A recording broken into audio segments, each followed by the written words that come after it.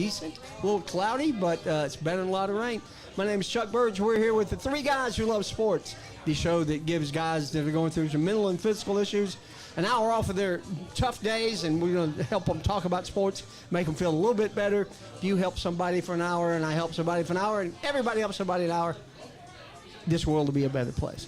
Good to have you with us, Chuck Burge, and my co-host, Robert. Robert, Kenny, how are you, buddy? I'm all right. How about yourself? I'm all right. Happy to have Adam back with us this week after a week of sabbatical. And as always, Larry, I got to think about it. Larry's the only one that hadn't missed a week in the whole time we've been doing this. That's true. Yeah. He's the stalwart, so always happy to have them with us. And again, the here bell cow. I wasn't going to call him. Here's my neighbor, Mark Buccini. Mark, how are you, buddy? So it's really funny. Mark and I ran into each other while I was walking one morning and found out we lived in the same neighborhood. And he's the general manager here, and we're neighbors. We thought that was kind of cool. We got a lot going on here at Miller's. Miller's always a great place to be. I'm back to my routine of Mimi's Fiesta Bowl after taking a week off a couple of weeks ago in dessert. Larry, what did you do today? I think I'm going to go with the chicken fajitas. Chicken fajitas. Has Jill taken our order yet? Not yet. All right, let's get on Jill. There she is. All right, and Robert, you're just kind of abstaining for now? Yeah, I'm not Gandhi by any stretch of the imagination, but just not eating right this moment. Good. Not Gandhi. That's good. All right, Adam, regular hamburger for you? Yes. All right. We got a lot to talk about today. We need to put our brains through a lot of work, so let's get on the brain train before we start. Hey, it's Melissa at Brain Train Centers, the fastest growing neurofeedback provider in the world, and I have some pretty important questions for you. Do you or someone you know struggle with focus and attention, sleep, memory, or other mood issues? Or maybe you just want to achieve more in high-pressure situations? Well, what if I told you you can unlock your brain's full potential and change your life entirely through neurofeedback, a drug-free and natural approach to negative moods, and it's backed by more than 50 years of research, so it's not new. It is safe for both children and adults as you retrain the brain to create new pathways. Medication may help short-term, but they don't address the underlying issues. Just as push-ups help your physical strength, neurofeedback is personal training for your brain. With over 20 offices nationwide, don't hesitate to reach out to Brain Train Centers, as we will provide you with the highest level of compassionate care and help you achieve the mental clarity, performance, and calm you deserve. Your journey to a better quality of life starts with a brain map. Now you can retrain your brain and reset your life. So just call or text 470-291-2778 or visit braintraincentersinc.com. And we are back. Thank you, Melissa and Meg, for being sponsors of the Three Guys Who Love Sports. And we got a lot to talk about. First, let's welcome back our guest, Mr. Jim Duty. Go, Jim Duty. Go, Jim Duty. Yes, sir. You remember that song, yes, sir? Oh, thank you. Oh, you guys Go, Jim Duty. Go, Jim Duty. Yeah, go, Jim Duty. That's good. So, welcome back, Jim. Happy to have you with us. Pleasure to be back. Thank you. Oh, you bet. Got a lot of good stuff to talk about today. Starting with the Major League Baseball, we're down to 11 games in the season, and not looking too good for the Bravos. Today, for the first day, the Mets have a higher chance of making the playoffs than the Braves do. It's changed every day. Today, the Mets are 61%, the Braves are 51%. Postseason tickets go on sale tomorrow. For the Braves. Mets? For the Mets? No, for the Braves. I guess you learned that at 680 The Fan today. I did. I got an email about it today. Yeah. So I don't know. I mean, it's I wonder, because the Mets and the Phillies play 4 times this weekend. If the Phillies clinch, are they just going to kind of say, you know what, let's put our starters on the bench for a little bit because we don't really want to face the Braves in the playoffs, and let the Mets win a couple of games, and then would they do that? I mean, I know it's more likely in football to put your starters on the bench. It all depends if you believe they are okay with playing Game 7 of the NLCS in Los Angeles. Yeah. If you think they are okay with that, then they might. It goes by the best record? Absolutely. How close are the Dodgers and the Phillies? 91 and 89. Oh, wow. So, yeah, they'll be playing for that home field advantage. Absolutely. Yeah. And then there's a lot of interplaying. San Diego's number 1 in the wild card, but they've got a 3-game series against Arizona, and we've got 3 games against the Mets. So there's a lot of, if somebody sweeps a series, it will blow the statistical numbers back out of the water that you were quoting earlier. Yeah, it will, and it can happen because Adam brought up to me before the show that the Mets and the Diamondbacks are tied, and I didn't know that. I thought the They Diamondbacks are. were still a game ahead. It's a true story. Yep. So could be interesting. Braves and the Mets could both make it if the Diamondbacks get swept by who did you say they play? Diamondbacks play the Padres. Oh, but, the Padres, the Padres could get swept out of the playoffs. I mean, nobody's talking about them right now because they appear to be, on top of that mountain. But a three-game sweep against the Diamondbacks would change that really quick. Yeah, it is interesting. Did you think the Braves are going to make it? You remember I said 3 weeks ago I didn't think so, and then I said, well, I think they might because of the 7 games that the Phillies and the Mets have to play. Now I'm just kind of, it's a coin flip. It's a coin flip. I mean, it's like you were watching last year and the Braves were dominating for 6 straight months, and then it comes to a 5-game playoff and we can't do anything right. Baseball is such a day-by-day game, so it's hard to predict what could happen over the next 11 days just because there is no momentum swing or anything else. It's just go play. And they have been 1 game back several times and fought back, but this is the first time they've been 2 games back, I believe. Is That's that correct? correct. Yeah. And they do have 3 games against the Marlins coming up. So there's. Well, the Mets still playing the Nationals, and you say that, but the Nationals have beaten Braves 5 out of 8 times this year. Well, the Mets have 4 against The Phillies this weekend. Phillies, but then they also closed with 3 against Milwaukee, So, yeah. there's another decent team compared to some of the other. Yeah, but they can't fall out of the playoffs. They're not going to hurt. So I don't know what the Milwaukee Brewers are going to do. So they're so far ahead. They're a lock for the playoffs. I think I saw the Cubs have a less than 1% chance of making the playoffs. So I don't think it's looking good for the Cubs. So we'll know. I think to me the most intriguing story right now in baseball is 50-50. Is Shohei Ohtani going to get to that club? He's 2 home runs and 2 stolen bases short right now. Isn't that right? And they're playing the Marlins now, so very likely. Yeah, he's something else. Is he the best player of our generation? Of the younger generation. He's not my Define that generation. Under 50, I think. When he was pitching, I don't think there's a way to say he's not. Even when he's not pitching, he's putting up numbers and inventing clubs. So it's hard to argue against him. Is not pitching helping him, do you think, in terms of his batting? You could say it helps him focus a little bit more. He's got less. There's always somebody pulling at you. Oh, you got to throw 30 pitches today. You got to do this today. You got to do. You don't have to do any of that stuff today. So it'll be interesting to see because they weren't planning on pitching him very much or if at all this year. It'll be interesting to see, depending on what happens, obviously in the postseason, what they decide to do with him next year. Because once again, the Dodgers pitching staff is just so deep. They really don't need him at the top of it, but if you had him at the top of it, Well, the Braves were really looking good when they took the first 2 from the Dodgers on their 4-game sweep at home. Then they got outscored 18-2 in the last 2 games, 9 in the last inning on Monday night, I think, or Sunday. Yeah, correct. Crazy game baseball. And it's funny. Do you ever watch the Bad Beats with Scott Van Pelt? Yes. He talks about the bad betting beats. Did you see the one he did right after the Not Falcons game? recently. It was about baseball. So he was talking about when the Mets were playing. I think it was Minnesota or somebody a couple of weeks ago, or Toronto. Because it was last Wednesday. It was a week ago tonight when they were 7. The over under was 7.5.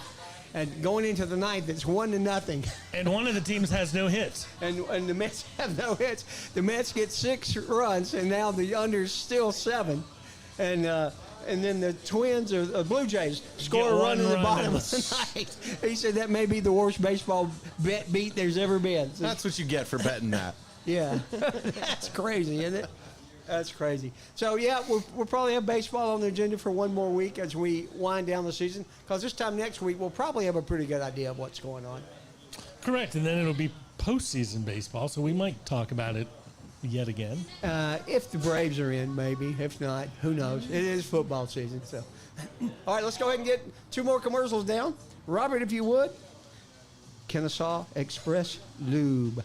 Man, I got so many things over here. Let me open this thing up. There are a lot of places to get your oil changed in the Kennesaw area, but if you're looking for a personal experience, then stop in at Castrol Kennesaw Express Lube or Lost Mountain Express Lube. We'll always do our best to get you in and out quickly, safely, and without a whole lot of fuss.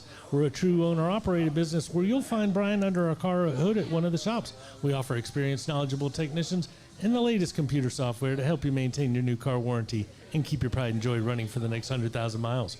We proudly offer Castrol products. Where were Brian? Where was Adam on that? He was pre-leading. Castrol product. Well, you know, I went to see Lee, who's the new general manager at the Kennesaw place yesterday. Put some oil in for me. Great dude.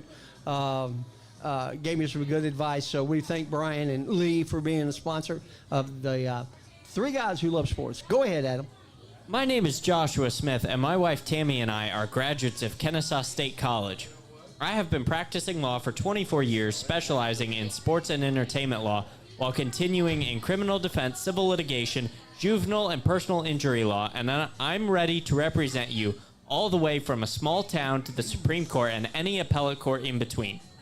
With all the new rules regarding NIL and cash payments to athletes, we're placing a new emphasis on Kennesaw State University student athletics to help our student athletes better navigate some of the bigger issues that have tripped up so many. Give us a call tomorrow at 706-217-2095. Very good. Thank you so much, Joshua, for being a sponsor of the 3 Guys Who Love Sports here at Miller's Ale House. We're moving on to our favorite subject of this time of year, college football. A lot of good games over the weekend, some that were fun to watch, some that just broke my stinking heart in the tub, and it just wasn't good. Biggest win of the weekend, Robert, who do you think? Got to be Bama going up to Camp Randall. Did you see the video of the Alabama players doing the jump around at the end of the third quarter? No, I did. That was so I was cool. watching it live. Everybody had to love that, you know, right? That's such a great Well, tradition. Wisconsin fans didn't love that. I know, but probably one of the coolest traditions in college football. Yes. But the score was 35-10, and so if you're an Alabama guy and you're standing around and everybody's like jumping around, you're like, yeah, I'll jump around. We're winning. Yeah, it's a fun little tradition that they have up there in Wisconsin. Started in 1992. I read the whole story last weekend about how it started. Good win for Bama. Everybody was kind of like, I don't know what's going on with these guys. I think the Oregon win was a little bit better. They have just kind of skated along, kind of like the Kansas City Chiefs have in the pros. They just skated along. But this time they laid it to Oregon State, beat them 49-14, I think. I thought they should have deserved to move up a little bit higher in the rankings. But Oregon State is... It's still a long season, yeah. It's still a long season. Now, thank goodness for the Pac-12. They got saved. Got 4 new schools coming in next year. Dun, dun, dun. The Pac what? The Pac half 12. That's what it's called. Half a 12. Back to the Pac-6. Pac-6. 6-pack. They're going to be the 6-pack. 6-pack. There we go. Yeah, I like that. All right. So, Adam, what do you think is the best game? I'm gonna go with a group of people for who won the weekend, and I'm gonna go with SEC haters. SEC haters won the weekend. The SEC did not look good this weekend. Toledo beat Mississippi State. The at worst team in the Mississippi SEC. State. And they were 11.5-point underdogs. Vanderbilt went to Georgia State and lost. No, that game was at Vanderbilt. No, it was at Georgia State. No, because they wanted to know, is it okay to rush Vanderbilt's field at any given point? Either way, the 2 worst teams in the SEC did lose. You're absolutely correct. Tell me more about how horrific they all are. Georgia did not look good this week against Kentucky. Good. Florida got slaughtered. Florida got the only 2 team. Oklahoma didn't look good this week. The only 3 teams in the SEC that looked good or moderately okay this week were Ole Miss against Wake Forest, Tennessee because they didn't play anybody, and Texas. And Arch Manning stepping in there for 5 TDs.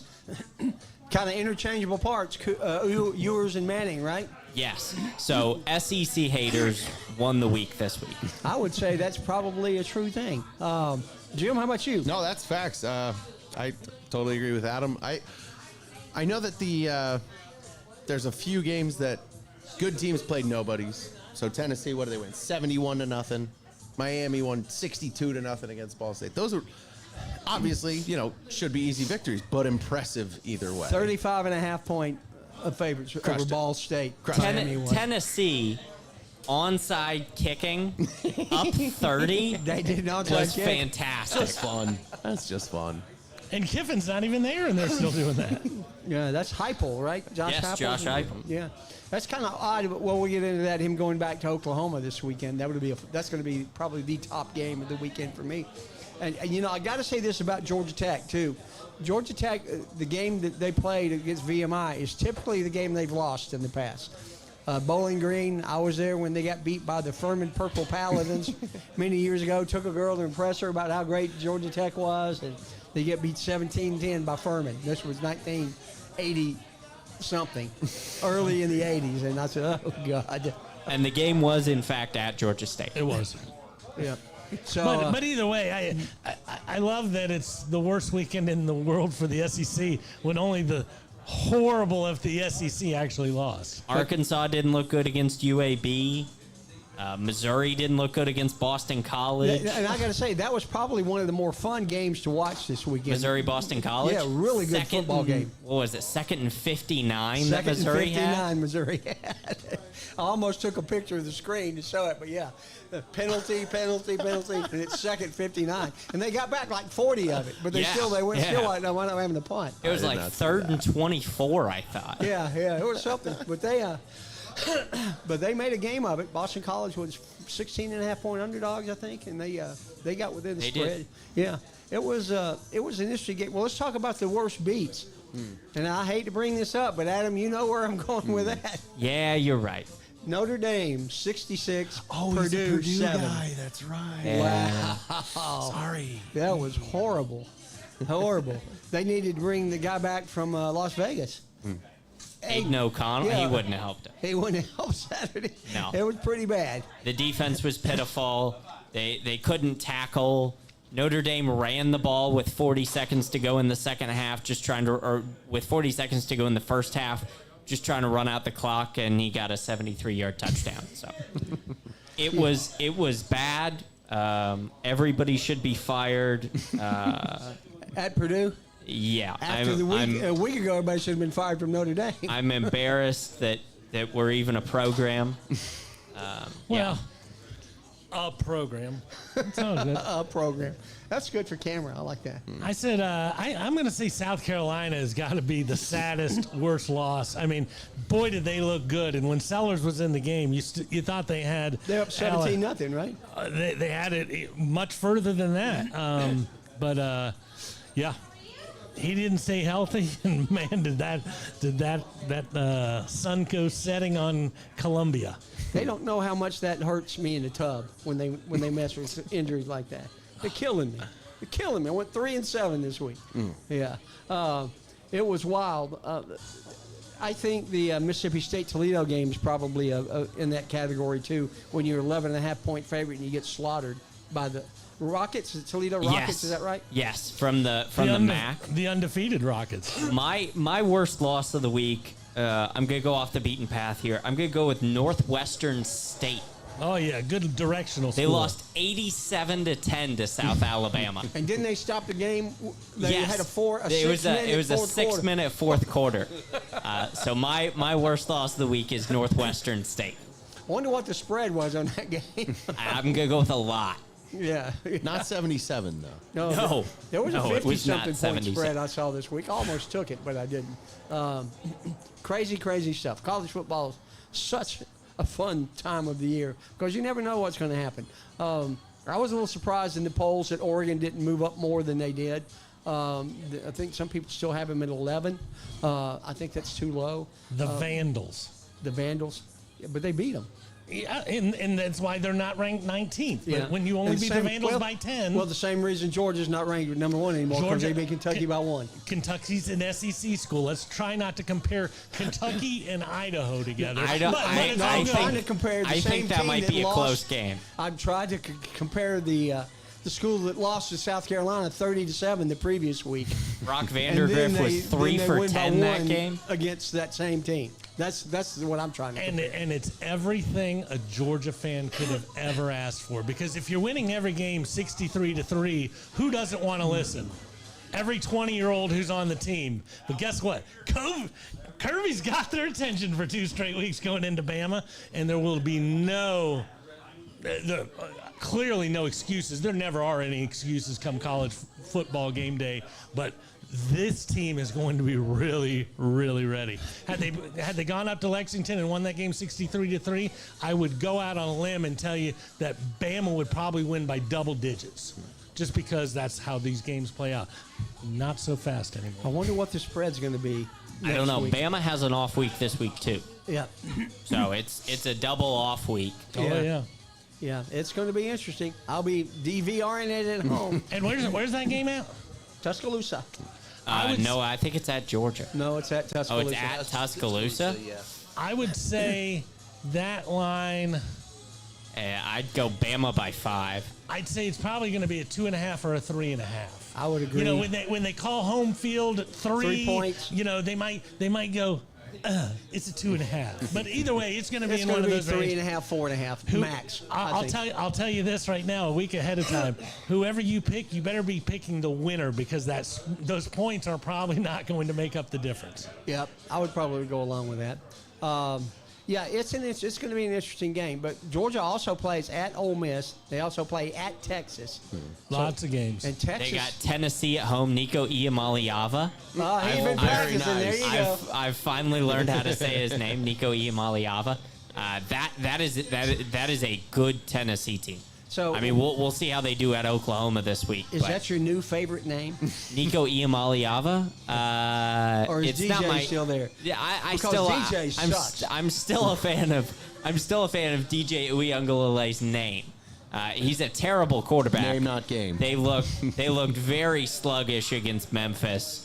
I watched way more of that game than I would care to admit. I hate to admit it, but I watched it because I wanted to see them lose. I really did. I think I watched almost the entire fourth quarter. I did too. Going for 2 down 11 was stupid.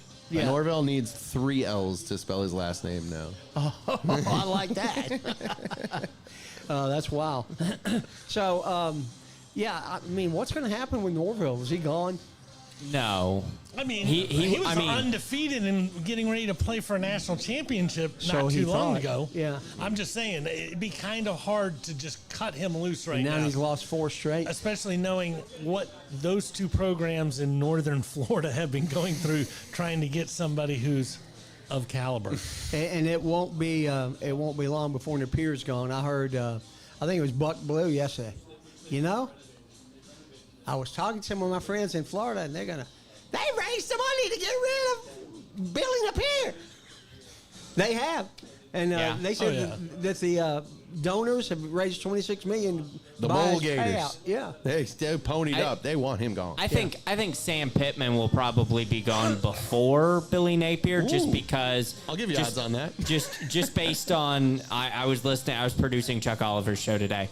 And he made the point that nobody on the Florida staff has been in a head coaching role before, whereas at Arkansas they've got Bobby Petrino that can take over for Sam Pittman. If they fire somebody, they take can over a job, take over a wife, take over something. Take over a girl that used to play on the volleyball team. There you go.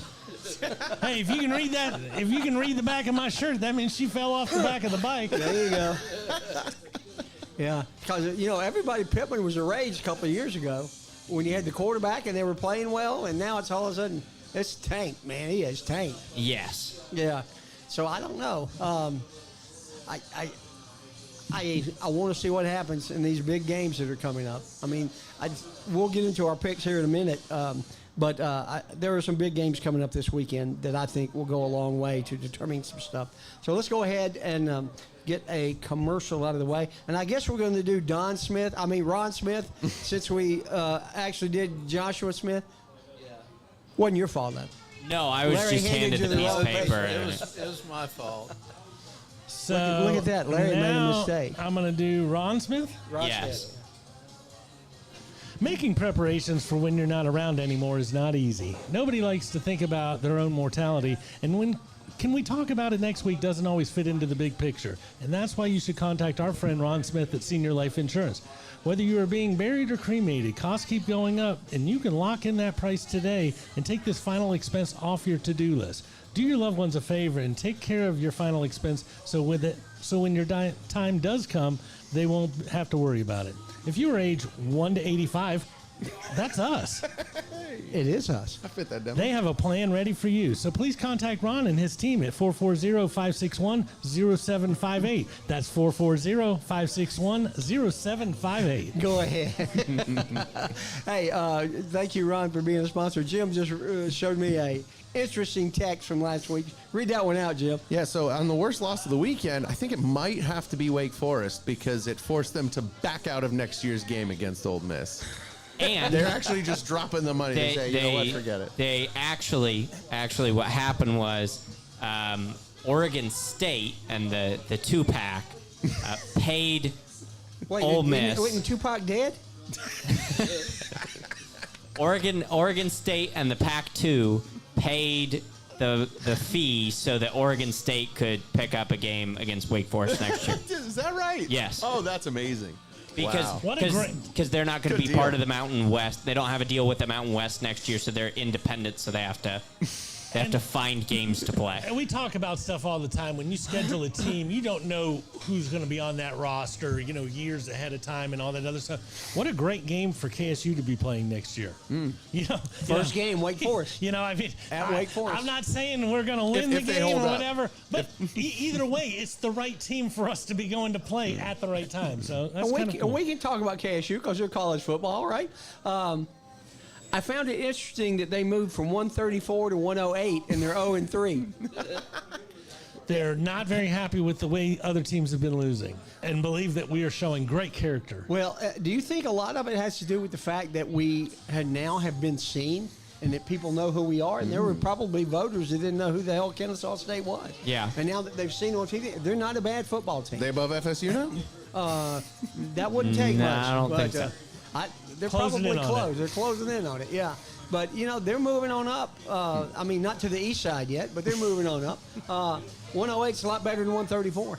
Yeah, Absolutely. it is. So kudos to the Owls. And It's no 107. is it 107? It's not. Oh, it's not 107. It's not 107, Yeah. but But I know this. If you want to hear more about KSU sports, come back here at 7 o'clock tonight, where we'll be hosting the Owls Who Live Sports right here. Terrence Norman, assistant baseball coach, is our guest tonight at 7. So I hope you'll stick around or come out for that. Time to make some picks for college football this week. Jim's over here rubbing his. I don't know what he's rubbing. Oh, his hands. Like he's got a magic lamp or something. I don't know what Jim's doing. So let's get into our picks. And again, Adam, Robert, if you guys ever want to pick the 5 games, feel free to pick them. I will be more than happy to pick the 5 games. But if it comes down you to won't 5 be o'clock. happy with the 5 games Which is that why I you're pick. not allowed to pick. Oh, okay. All right. So let's start with Georgia Tech and Louisville.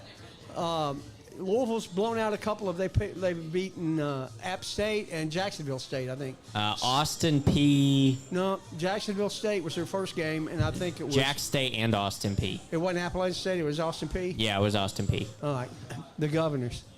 Let's go. UTSA Let's go in P. there or something. The too? Colonels. Let's go P. No, I don't think UTSA got blown They're out the by Governors. Texas. The Governors. Right. Governors. Okay. Yeah. The Governors. Yeah. All right. Yes, they are the Governors. So Georgia Tech getting 10.5 in Louisville. I'll go ahead and go first. And first let's go over last week's. I went 3-2. Robert 1-4. Our guest went 2-3, You went 1-4. and somebody went 2-3. I went 3-2. Oh, ATI went 3-2. Okay, there you go. You went 1-4. It happens. Who did you pick? It happens. The wrong teams. All right.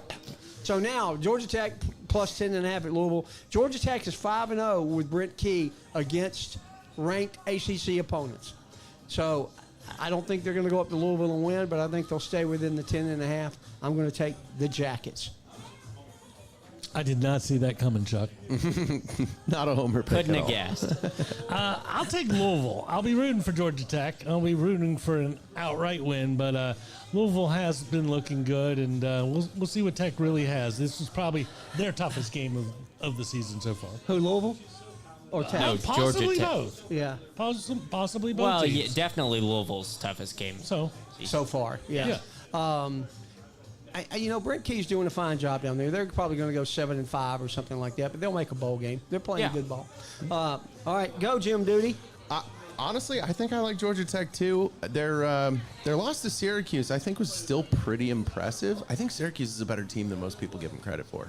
Kyle McCord's has done a good job. Yeah. He has. He threw the rock against us. That's And for sure. they got OG Jr., man. Aronde Gadsden's kid. He's a solid tight end up there. they also have one of the 5 weakest schedules in the country. That helps. Which it'll be interesting because there's a decent chance Syracuse might end up playing Louisville.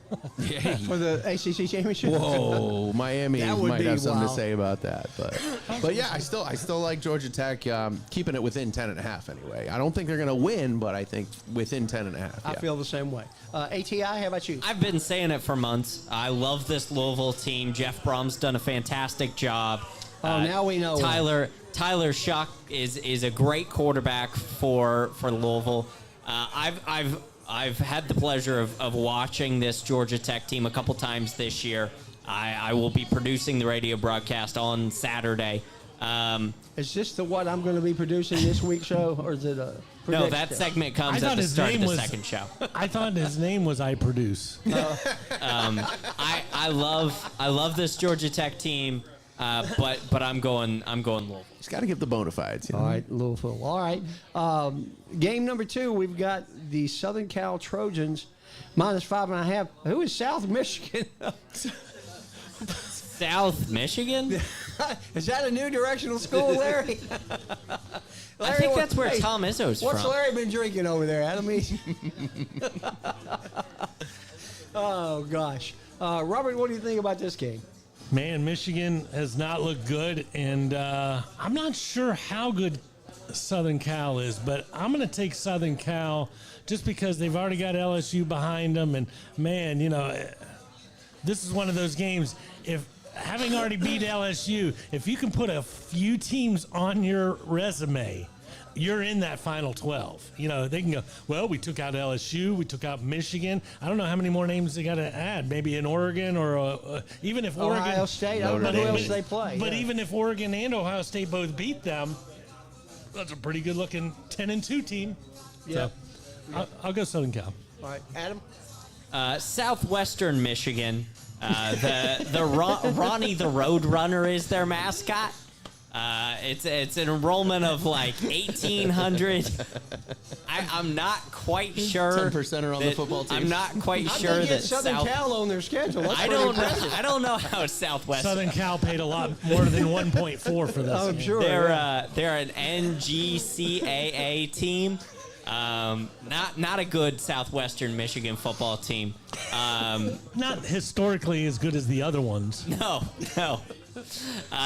Southern Cal Miller Moss. He's played fantastic. I watched that LSU game. USC looked great in that game. He's got fantastic receivers. Zion Branch he's caught a lot of passes. Michigan has a quarterback problem. Davis Warren has not been good this year. He was not good in the Arkansas State game. He threw 3 picks. They only won by 10. They're switching this weekend. Yes, they'll start Orgy. Orgy, yeah. Or they'll start Orgy this They're gonna weekend. they're having an orgy in Michigan. I'm taking orgy Michigan. problem in Michigan. I'm taking Southern Cal. All right. So Adam takes Southern Cal. South Michigan. I'm taking the orgies. All right. Jim, how about you? I'm going to go with USC on this one. I know they're road favorites, which is weird, but Michigan obviously has not looked good. USC's win against LSU might be impressive, but I'm not so sure how good LSU is. It's just there's so many teams like that. Georgia Tech's like that. Yeah. Still, I they mean, won come in out and beat one of the Death FSU, and they Valleys, think they're going though, to be you know. world beaters. Yeah. And then FSU gets beat by Boston College. They get beat by Memphis. I don't know who's beating them next. It's but hard to win in LSU no matter how bad that team is, though. So. Yeah, LSU's a tough place to One of the Death win. Valleys, yeah. Yeah, absolutely. That game was in Vegas. Yeah, it was. Oh, it was? Yeah. But either That game way, was in Vegas. Yeah.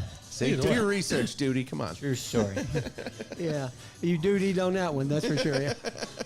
All right, game number 3, the Utes minus Cam Rising. I don't think he's back yet. I think he is back. Is he back? Yes. He wasn't this past week. The question Yeah. is, will he be ready for Saturday? At Oklahoma State. I don't think you're allowed to use that voice when you say Oklahoma State. I know I can do that. My good friend Keith Jackson, I miss him. He was awesome. So the Utes at the Cowboys. What you got, Duty? Neither team has played anyone. I mean, go with home team. You're going with the Cowboys. Let's go with the Cowboys. Go Pokes. Robert? Utah, if the quarterback plays, OK State if they don't. Fair. No, it's not fair because we have to make a prediction right now. Well, then I'll put an asterisk next to it and say Utah. Okay. Because All Utah's a better team if their quarterback plays. Yeah. And Rising's still there, huh? Yes. Yeah, he's like Maybe not this weekend, ninth but- year eighth senior. year or Yeah, something. right? Yeah. Nipping at Bo Nix's heels, huh? I've always liked Cam Rising just because of his name. I think it's a really cool quarterback. I feel like he was name. in college when I was. So I'm going to go with the Utes as well.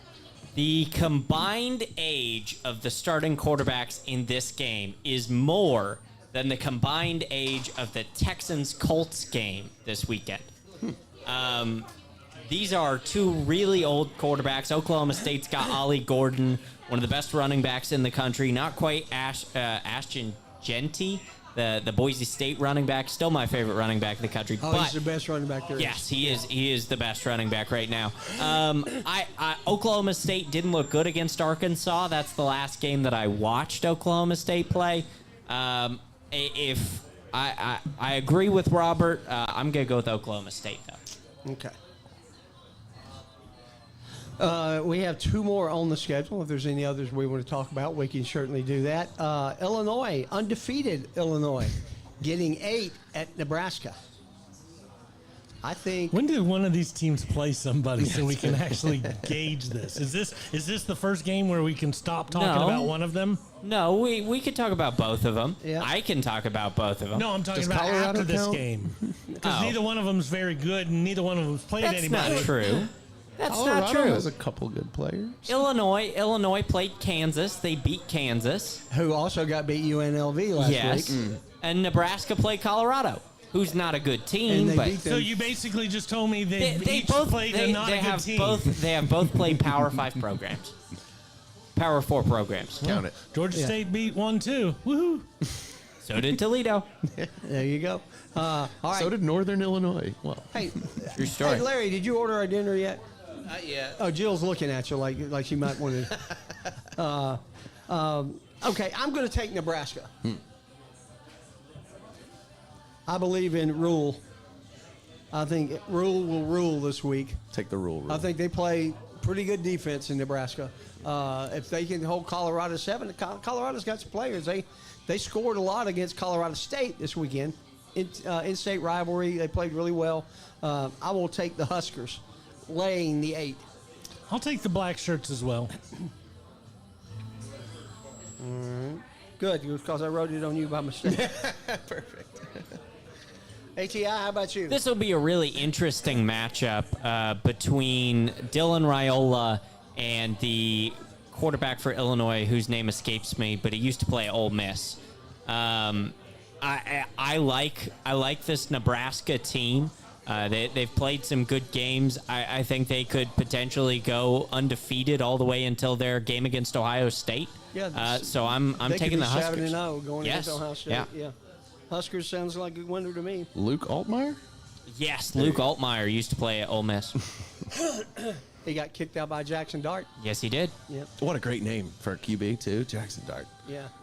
Yeah, Throwing darts. I'm going with the Huskers as well. Uh-oh. They still, they look pretty dominant. That means put all your money on Illinois because everybody's on Nebraska. There you go. Fade those 3 guys who love sports public here. Yep. All right, cool. The big game of the week to me is Tennessee and Oklahoma. Tough to go into Norman and play. I took Larry's green wave last week plus 13.5 points. They go in there, they're down 24-6, and they come back 24-19. I said, yes, Cover. yes, they're going to cover. And the next thing I know, Oklahoma scores 10 more, and I'm crying in my soup. And it was horrible. My tub was brutal this week. Got my first game right and got my pro double right. That was it. 3-7. No bueno. Robert, you want to start on this one? Tennessee is tough. And, What's your quarterback's name, Adam? Nico Iamaleava. Yeah, that's the one. I'm going Tennessee in Norman. This is their biggest SEC game, but they got it at home, so it's a little bit here, a little bit there, but it's going to be a lot of fun. I do agree this game means a whole bunch. But I have a question for you about what the top 25 really means with 6 out of the top 7 teams being SEC. Well, let's get this. Okay. And then we'll go back. Because we Okay. got some time. Yeah, that's fine. Adam, how about you? I really like this game. This is definitely the game that I'm watching this week instead of the Purdue-Oregon State game. Nico Iamaleava, fantastic quarterback at Tennessee. He's in the Heisman race through 3 games. There haven't been games against great teams. I really like what Josh Heupel did with the onside kick because, now Oklahoma has to spend time preparing for the onside kick because he's shown it on tape. Jackson Arnold threw one of the worst pick sixes of the week last week.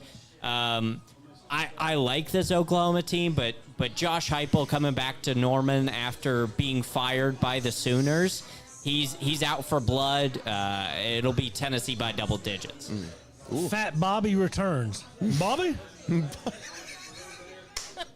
was excellent. Jim Duty? That was a good Hank Hill. I appreciate that one. Absolutely. Yeah, I love the Josh Heupel revenge game. Let's go. I think Tennessee's been looking dominant as hell. They got a solid win over NC State, who we're not so sure how good they are, but Oklahoma hasn't really played anybody either. I don't know if they're ready for this kind of a Tennessee team coming in there, especially with Heupel's. He's out for blood. As much as it's a revenge game for Heupel, don't you think the Oklahoma team knows that? Does it mean they can prepare adequately? Yeah, I think they will. So I'm going to take Oklahoma plus Best the game of the points. weekend, though, Yeah, for sure. absolutely. Yeah, let's go. Plus, I don't want 2 games in a row where everybody's got the same guy. Well, and neither here nor there, but that's the correct thing. If you're wagering actual money, you don't want to go with the road dog laying 7 half a country away. That's a tough one. Yeah, it is. It is. So we've got a few minutes to talk about more college football. So, Robert, your point is... There's 6 of the top 7 teams in the country currently are SEC teams. I understand that poll doesn't mean anything, but my question is, what does it mean? I think Based that there's on what the voters are thinking. I think that there's 5 SEC teams that probably have a really legit shot at making the playoff. I think Missouri is a little bit overrated right now, but I think that the voters are telling us that they like the SEC this year. I don't love the SEC this year based on what I've seen in the first 3 weeks.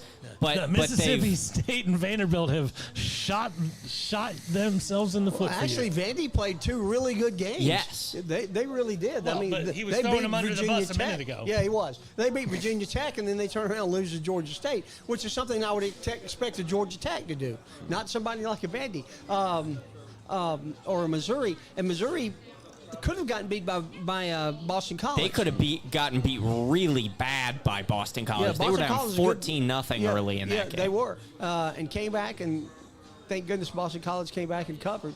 But Robert, you said it for me is the polls don't matter. Correct. And I totally agree with what you're saying.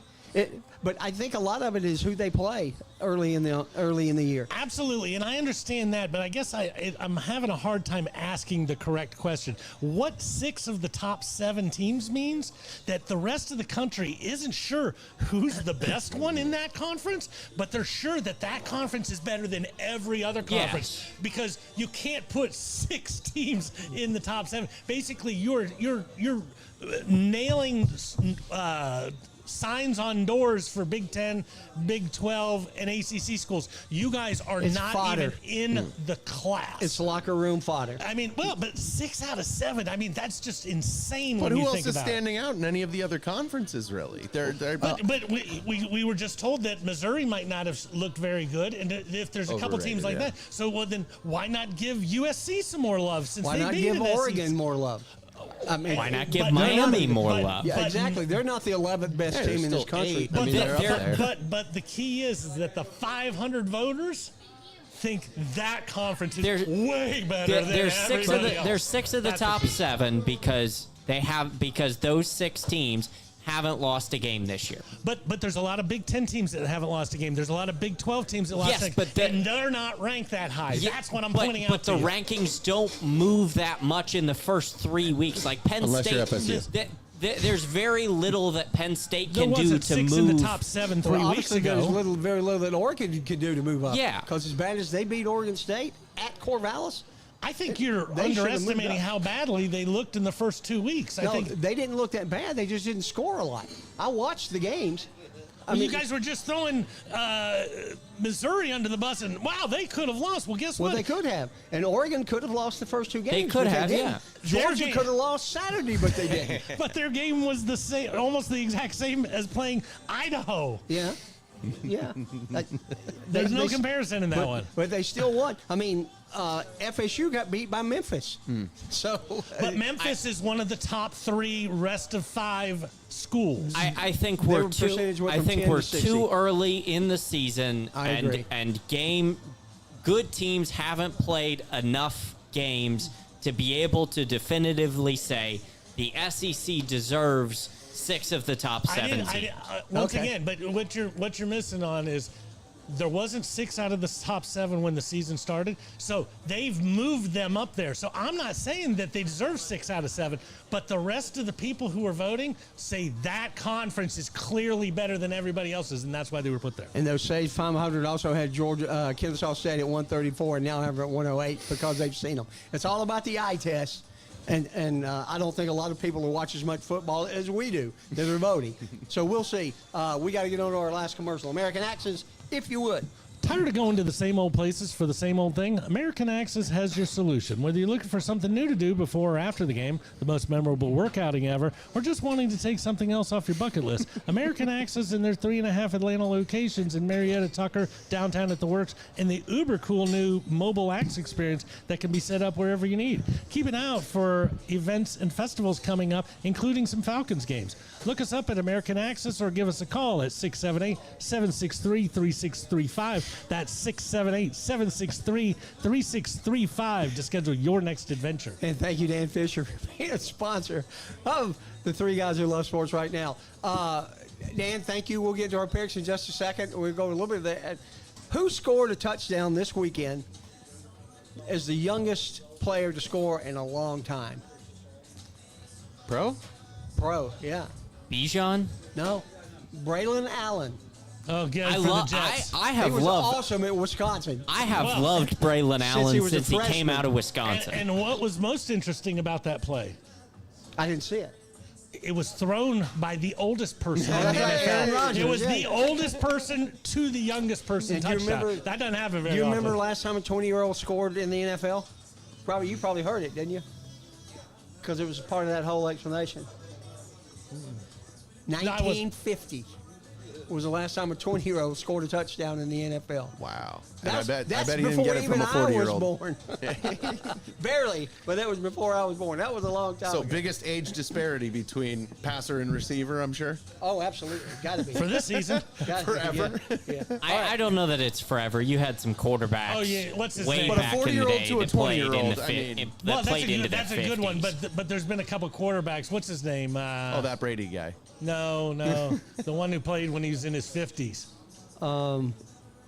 Played George in this- Blanda? George Blanda. Blanda. I'm sure George Blanda's he completed a pass to a guy 35 years younger than him at some point. Yeah, I'm sure he did. Blanda played I'll get forever. on that. I'll research. All right, good boy. All right, so where does this Falcons win rank in the history of Falcon wins? It's got to be top 3 in my opinion. It ranks between beating the Saints and beating the Panthers. I don't know where it ranks.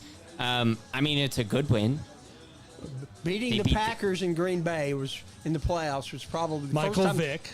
First time they'd ever first time lost. Packers had ever lost a playoff game in Lambeau Field. I think that's probably number 1. But this may be number 2. It was a gift. I mean, when you play prevent defense, you prevent from winning. That's Prevent the win defense. Yeah. That's the only thing Philadelphia did. I mean, tickled to death that the Falcons won. Tickled to death. But 22-21 in the Link, and then what it's called? Pretty good sneaking football game. Lincoln Financial Field. You know, at the end of the day, every Falcons fan got to see what they were hoping for. Now, they only got to see it on the 2-minute drive, but it's like, yes, that's what I thought Kirk Cousins could do. Now, the question is, does the coaching staff, you know, whenever you call a bad play, say a offensive coordinator calls a reverse, and that reverse gets blown up. You know, the reverses are all getting crossed off. But if that reverse is successful, well, then maybe we'll try a new wrinkle or something. When nothing has worked through 2 games and then the 2-minute offense looks that good, I think you'll see some stuff, whether it be no huddle, whatever the case might be, to try to get him in that rhythm, because obviously we got a big game this weekend. We do, and we'll talk some about that. You know, this is the same Eagles team that was 10-1 last year and then tanked. Yep. They played decent against Green Bay down in Brazil. I feel bad for Saquon Barkley. He's a hell of a football player. He just dropped the ball. He manned up and he said, "I dropped the ball." And He still got me 17 points in fantasy this week, so I'm not. Speaking of fantasy, I played Larry this weekend, and I'm up 59-5. And I'm driving to meet somebody on the square in Marietta, and the next thing I can hear is Justin Jefferson catches a 97-yard touchdown. I said, "Oh my God!" And then his quarterback, Kyler Murray, had 31 points. I said, "I'm going to lose this game." And Larry, to your credit, man, you came back and got within 20. And I ended up within 10. oh, did you? I think you guys had the Even second after- and third highest scores of the week. of the week. Yeah. That same thing happened in my game. I won like 160 to 140. Yeah. Because I was saved by Alvin Kamara. Yeah, Kamara had a heck of a game. Yeah. So are the Phillies bad or the Falcons?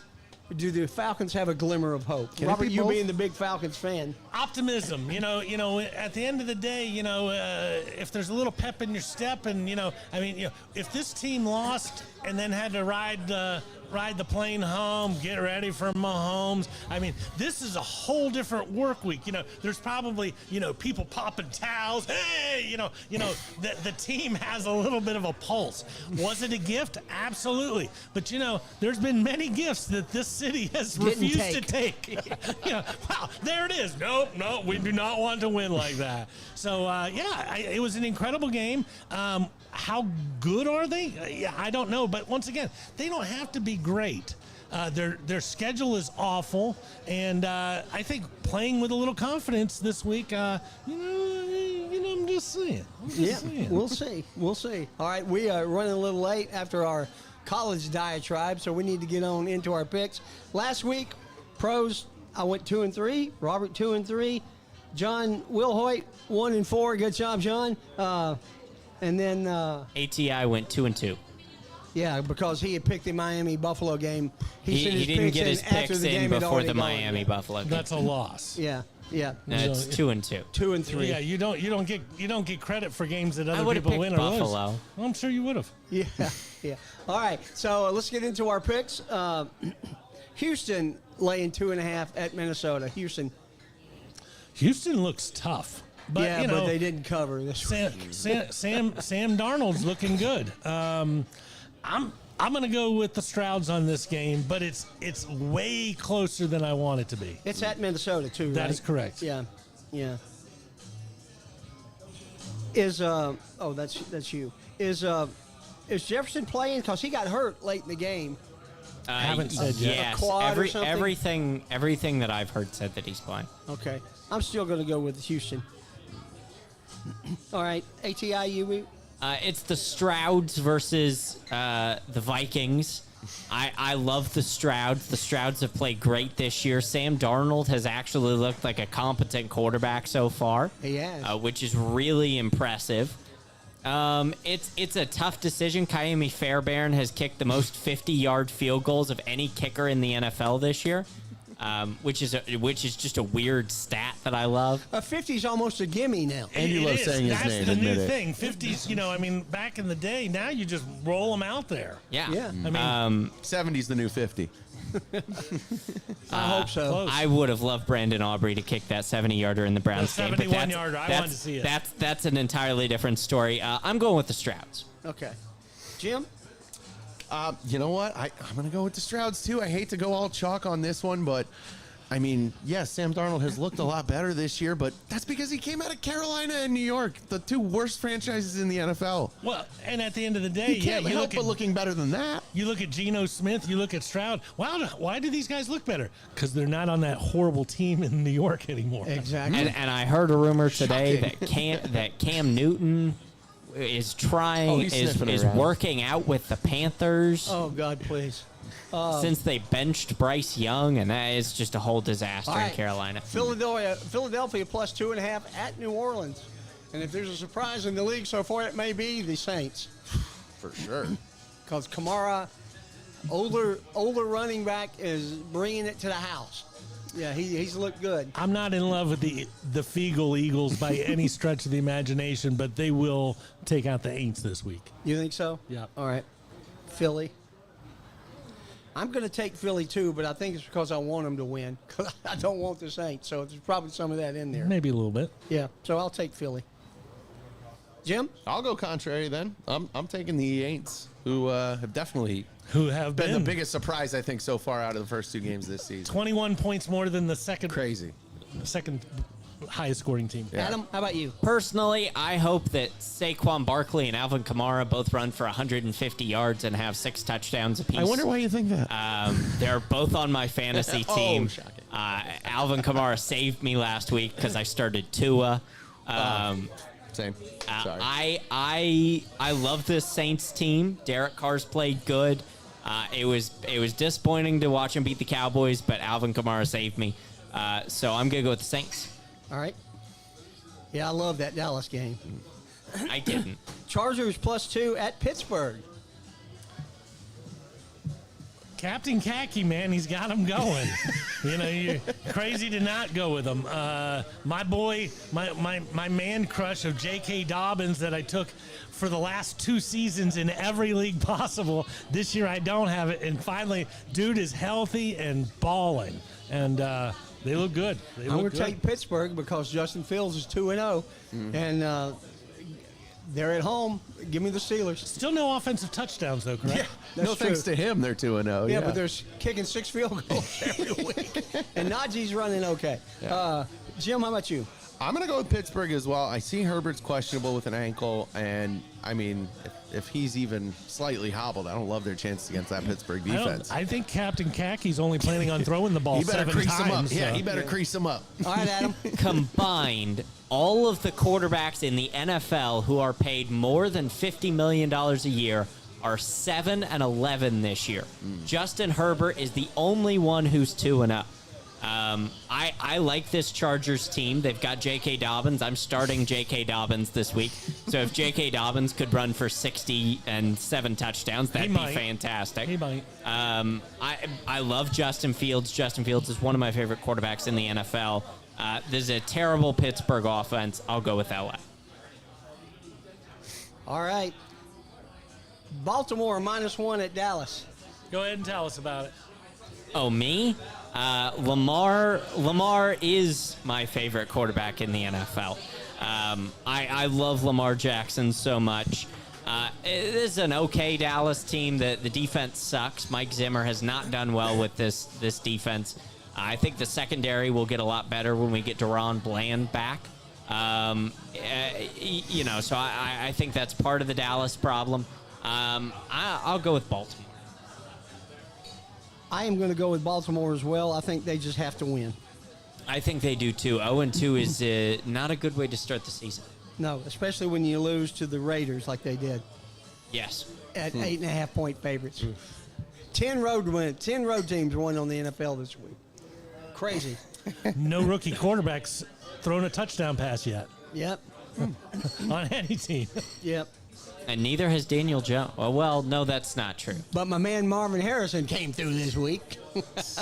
My man too. I hate this game because one team really needs to win, and they're on the road, and they're not as bad of a defense as the guy who owns Dallas shirts was saying. I'm going to say Dallas just from the standpoint that at the end of this week, one Harbaugh will be 3-0, and the other Harbaugh will be 0-3, and it wouldn't have been the one that you thought before the season started. See, there you go. All right, Jim. Yeah, that's a good one. I got to take Baltimore.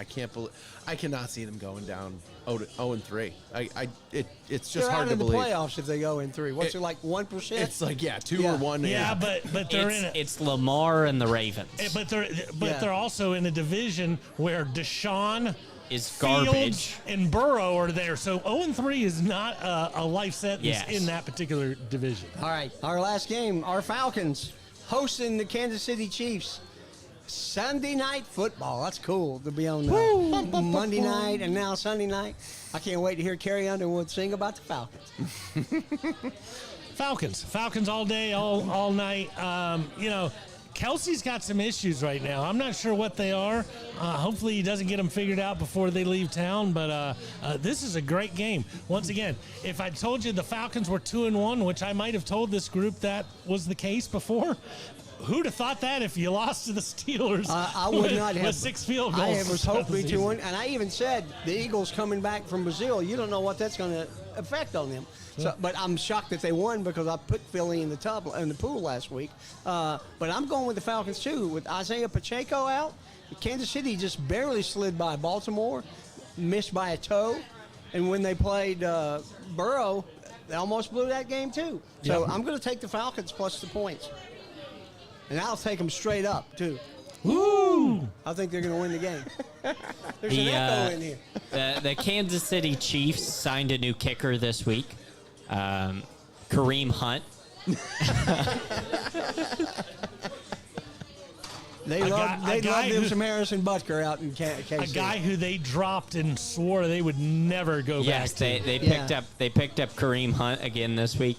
The Kansas City Chiefs are a toe and a pass interference call away from being 0-2 so far this year. I like this Atlanta team. I don't love this Atlanta team. I'm going to go with Kansas City. They're not going to win every game, and they've got to lose one. And This I is think true. this is the one they're going to lose early in the season. Jim? I don't think this is the one they're going to lose. And can we put an asterisk on this if Taylor shows up? Or Oh, Swizzle's going to be there. Oh, she's going to be here. She'll be there. All right, I'll make some calls, see if we can get in that box. I still like the Chiefs. Wait a minute. This is a family program. You stay out of Taylor's box. The sweet. Oh, the sweet. Thank you.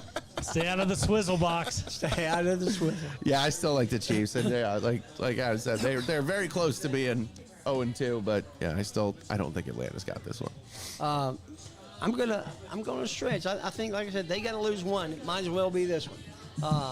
What a fun show. We're out of time. We but- didn't even talk about the Commanders kicking only field goals and beating the Giants by 3. In regulation. Like I said, it was a busy show. Because the Giants didn't have a kicker on their roster. Because Scored Gano 3 got hurt. touchdowns, allowed 0, still. Or Bryce being benched, or Tua doesn't know who he is. Let's do this. And Last thing. Will Tua be back this year? Yes. No. No, I think Yes. he's done. I think he's his done. family will say he's done. This happened 2 years ago. I He was think back he a month should be later. done. He's I do coming too. back. I don't want to see him Favre get had hurt. 1,000 concussions. I don't want to see him get hurt. So I'd like to see him play, but I don't want to see him ruin his life. It's football. Yeah. So it's not life. All right. Guys, great show. Jim, thanks sir. for coming back, buddy. And don't forget, we'll be here at 7 o'clock for the Owls Who Live Sports. And we'll be back next Wednesday at 5 for the 3 guys who love sports. Until then, guys, know your numbers, cover your ass, get your prostate checked. We'll see you next week. See ya.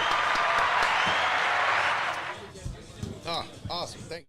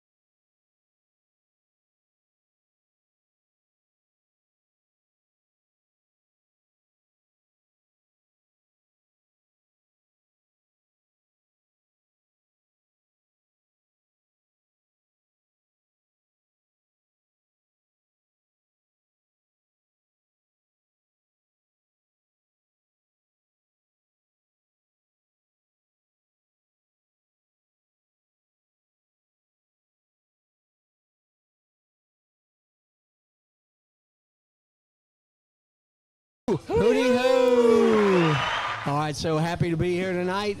My name is Chuck Burge, along with my co-host Robert Kinney. Robert, how are you? Living the Al dream. I'll agree with that. I'll agree. I'll agree with that. And also Adam's with us. Adam Crooks, former ATI, but now just a general part Just of the a show. crook. Just a crook.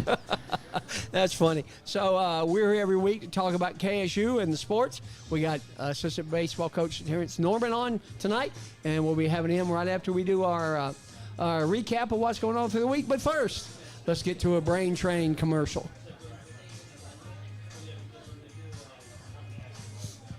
Hey, it's Melissa at Brain Train Centers, the fastest growing neurofeedback provider in the world, and I have some pretty important questions for you. Do you or someone you know struggle with focus and attention, sleep, memory, or other mood issues? Or maybe you just want to achieve more in high-pressure situations? Well, what if I told you you can unlock your brain's full potential and change your life entirely through neurofeedback, a drug-free and natural approach to negative moods, and it's backed by more than 50 years of research, so it's not new. It is safe for both children and adults as you retrain the brain to create new pathways. Medication may help short-term, but they don't address the underlying issues. Just as push-ups help your physical strength, neurofeedback is personal training for your brain. With over 20 offices nationwide, don't hesitate to reach out to Brain Train Centers, as we will provide you with the highest level of compassionate care and help you achieve the mental clarity, performance, and calm you deserve. Your journey to a better quality of life starts with a brain map. Now you can retrain your brain and reset your life. So just call or text 470-291-2778 or visit braintraincentersinc.com. And thank you, Meg and Melissa, for being sponsors of the Owl Show right here at Miller's Ale House every Wednesday at 7. We're always happy to be here. And as of right now, we are going to be doing our little review of what happened this week. Adam, lead us off, buddy. I still don't have my sparkles. Sprinkles. Sprinkles, sparkles, whatever you want to be called. Will, is he Sprinkles or Sparkles? Will, Will's not last name. is he Sprinkles or Sparkles? Adam. All right, Sparkles it is. Sparkles it is. All right, hit it off, Sparkles. Hey, it's better than anyway. We started the week off not so great. The women's soccer team went down to Gainesville to take on the Gators. We got Jade Barquette back, our starting center back for the first time in 5 games. Didn't fare so well, lost 3-0. Caroline Weir came in and played goal after Ariana Rosenblum went out, I think 15 minutes into the game. So that wasn't spectacular.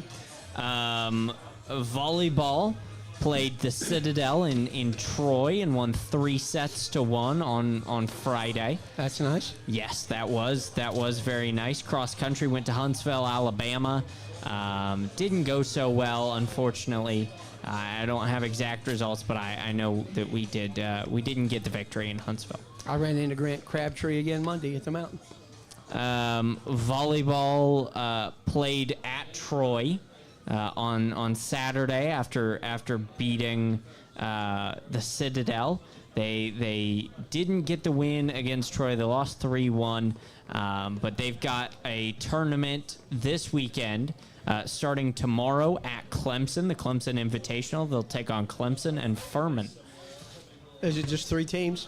Yes, to my knowledge. And that'll be the end of their non-conference. Yes. And After it's Conference that, USA, here we after come. that, they come home. I think they face New Mexico State, if I remember right, or UTEP, but I don't know which one.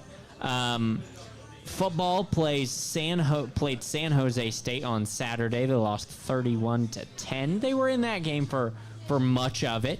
I tuned in. I was busy all day Saturday, so I tuned in. It was about 24-10. The offense looked good. It didn't look great. I know Coach Bohannon is going to work on that a lot with his team. They will have actually a bye week before they take on I believe it's Jacksonville State at home. No, there's one more game before Jacksonville State. It's UT Martin. UT Martin, that's right. It's UT Martin at home. FCS. Yes. It's homecoming, I think. Yes. The men's golf team played the JT Poston Invitational in Waynesville, North Carolina. If I can find the results for that. Calais Beauregard was 5 under, 5 shots off the winner. What a great name. He was tied third, though. Hunter Gillard was 2 under. He was 6th by himself, and the Owls finished 2nd in the JT Poston Invitational. That's a good finish. Yes. The women, on the other hand, didn't do so good. They went to Birmingham for the Hoover Invitational. Alessandra Nagayo, finished 21st. Nia Kelly 22nd, and the Owls finished 11th. Okay, going back to football for just a minute, we talked about this a little bit on our 5 o'clock show. The three guys who love sports is, KSU started out at 134 in the NCAA rankings, lowest team, and they're now up to like 108. Yes. And even though they're 0-3, I think it's the exposure that they've been getting now. It was so cool on Saturday to turn on my YouTube TV and see across the crawl at the top, KSU versus San Jose State, Yes. and then here they are in all these multi-view opportunities too. Yes. It was just so new. So the exposure that we're getting, other than just Will going to the games, because Will goes to all the games, home and away, and with his big KSU flag, we are getting some national recognition. I know we've been on game day all 3 weeks that we played. Yes. So yeah. Just carrying over from when we did go to the NCAA tournament last year in basketball, we're getting ground. People are going to know who we are, and certainly coming up in October when we play 4 times on national TV, I think, on a Tuesday and Wednesday nights. We're the only game in town. Yes. We're going to continue to gain that momentum and learn all about KSU, and people will learn about where we are and who we are and what we bring to the game. Yeah. I would like to point out. Then go ahead. The soccer team plays tomorrow night against UTEP. The Miners It is the first Conference USA game of any sport. of any sport. Wow, that's really cool. Yes. Is that at Fifth Third? That is at Fifth Third tomorrow night, 7 o'clock. I might have to come for that. That would be really cool. It's going to be a great game. Would I get a kick out of the soccer game? You might. Admission is free. And not only that, it probably doesn't cost anything. Yes, admission to the soccer game is free.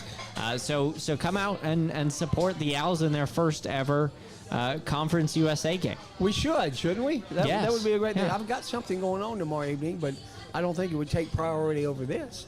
Yeah, No. So we'll have to work on that. That's really cool. And the tennis team starts the Stetson Invitational in DeLand, the women's tennis team, on Friday. Nice time to be down in DeLand. Maybe Yeah. cooling off a little bit. I know we're supposed to get hot again here for the next few days and then back down to the 70s. So enjoy this last week of summer. Hot weather, and then we'll get back to some fun stuff. Oh, that's great. Let's get into a couple of commercials before we bring our guests on. Robert, you want to do yours first, and then you'll do Ron Smith, not Joshua Smith. There are a lot of places to get your oil changed in the Kennesaw area, but if you're looking for a personal experience, then stop in at Castro Kennesaw Express Lube or Lost Mountain Express Lube. We'll always do our best to get you in and out quickly, safely, and without a whole lot of fuss. We're a true owner-operated business where you'll find Brian under a car or a hood at one of the shops. We offer experienced, knowledgeable technicians and the latest computer software to help you maintain your new car warranty and keep your pride and joy running for the next 100,000 miles. We proudly offer Castrol products. And we thank you, Brian Bristro, for being a sponsor. And thank you, Lee, for the help you gave me yesterday when I came in with my car. Good people up there at Kennesaw Express Loop, and happy to be a part of their team. Adam, you got one for us as well? Making preparations for when you're not around anymore isn't always easy. Nobody likes to think about their own mortality, and I'm sure we can talk about this next week. Doesn't always fit into the big schedule picture, and that's why you should contact our friend Ron Smith at Senior Life Insurance. Whether you're being buried or cremated, costs keep going up, but you can lock in a price today and take this final expense off your to-do list. Do your loved ones a favor and take care of this final expense so that when your time does come, they won't have to worry about it. If you're age 1 to 85, they have a plan ready for you. So please contact Ron and his team at 440-561-0758. And thank you, Ron Smith, for being a part of the Three Guys Who Love Sports and being supporters of the show. We certainly appreciate you. Adam, you'll be back with us later to make picks? Yes, I will. Awesome. All right. For now, let's bring on our new guest, our first-time guest. After 2.5 years, what took you so long to get here? Give me a big hooty-hoo for Terrence Norman. What up, Terrence? Hey guys, How you doing, sir? I'm doing fantastic. How are you all? Well, great. We learned a lot about Terrence here before the show even started. He was a year behind my son in elementary school, at the same elementary school. Yeah. And small at the same high school. So that's kind of wild. He probably don't remember Kevin because Kevin wasn't a big athlete, but he was a brain. He was smarter than me, so. Yeah. I don't know about that, but he was a smart kid. Yeah, that's cool. So welcome to the show. I appreciate you guys having me. You bet. So tell us about your journey. I know you went to Cheatham Hill Elementary School. You didn't go to Loving, you went to Pine Mountain. Correct. And then Kennesaw Mountain High School. Robert actually calls, he's the PA announcer of the KMHS football game. That's what he was telling me. Yeah. That's exactly what he was telling me. So that's cool. He started as soon as I left, I think, though. Oh, yeah? Mm-hmm. Yeah. Soon So, as I- so you left there in 2016 is when you said you graduated? Correct. Yeah, Mhm. that's cool. And where else did you get recruited to play baseball? Because you played at KSU, right? Yep. So out of high school, my only two interests were from Gardner Webb and from Spartanburg Methodist. So probably if I didn't end up coming to Kennesaw State, I would have probably ended up going to Spartanburg Methodist because Gardner Webb had a coaching change and the new coach came in and didn't recruit me as heavily as the previous The staff. previous coach So, at Gardner Webb. What's Gardner Webb's nickname? I usually know most college. The Bulldogs. Is it Yep. Bulldogs? Well, that's why I Bulldogs. didn't know it because it's Yeah. not worth having a nickname named the Bulldogs. Yeah. Yeah. But actually, there's a crazy story about how I ended up at Kennesaw State. Please share. Yeah, our current head coach, Ryan Coe, at the time was a cross-checker for the Texas Rangers. You said cross checker, right? Yep. Okay, just cross-checker, check. so the level above the area scout. And he and the area scout, Derek Tucker, who was our coach, he played alumni of the baseball program, and he played around the early 2000s and coached as well after. And so they saw me play, and they let the coaching staff know, Derek Simmons, who was the recruiting coordinator at the time, they let him know about me, and they came out and watched me play, and that's pretty much how I ended up at Kennesaw State. So, So he wasn't at Kennesaw State No. when you did that, but then once he moved over, he remembered, hey, that one kid who tried out in Texas, actually, I'm in his backyard now. yeah. So he was the cross checker for the area. So always had me in high school. Was always watching our high school games because we had some pretty high level prospects that were a year above me. So he was always watching me, and that's how he ended up seeing me. It was playing in a high school game, and he alerted Coach Sansing, who Coach Coe and I both played for, that I should be an Owl. Well, there you go. Hey, I stepped on you. Did you have a question for Terrence? No, I did not. I usually have one. Actually, I'll just wing one out. You ready? So you're driving a 2025 Corvette. Only 2 seats in that bad boy, right? And you're heading down Kennesaw Due West Road, and you see 3 guys on the side of the road asking you for a ride. One of them's wearing a Harrison shirt, one of them's wearing an Alice Tuna shirt, and one of them's wearing a North Cobb shirt. Is anybody getting a ride from you? I can guarantee you the Harrison kid is not getting a ride from me. I can guarantee you. That was the correct answer, Yeah. sir. Probably Alatuna. Probably Altoona kid? Alatuna, yeah. Yeah. Yeah, we don't hate Alatoona as much yet. They haven't been around as long. No. They don't have the history. They did steal half the players off of your baseball team. Absolutely. And, but when they came around, but okay, that's good. Yep. That's good. So what's the issue with Harrison and Kennesaw Mountain? Same road. Same road. Schools were built within a few years of each other, and it's kind of crazy.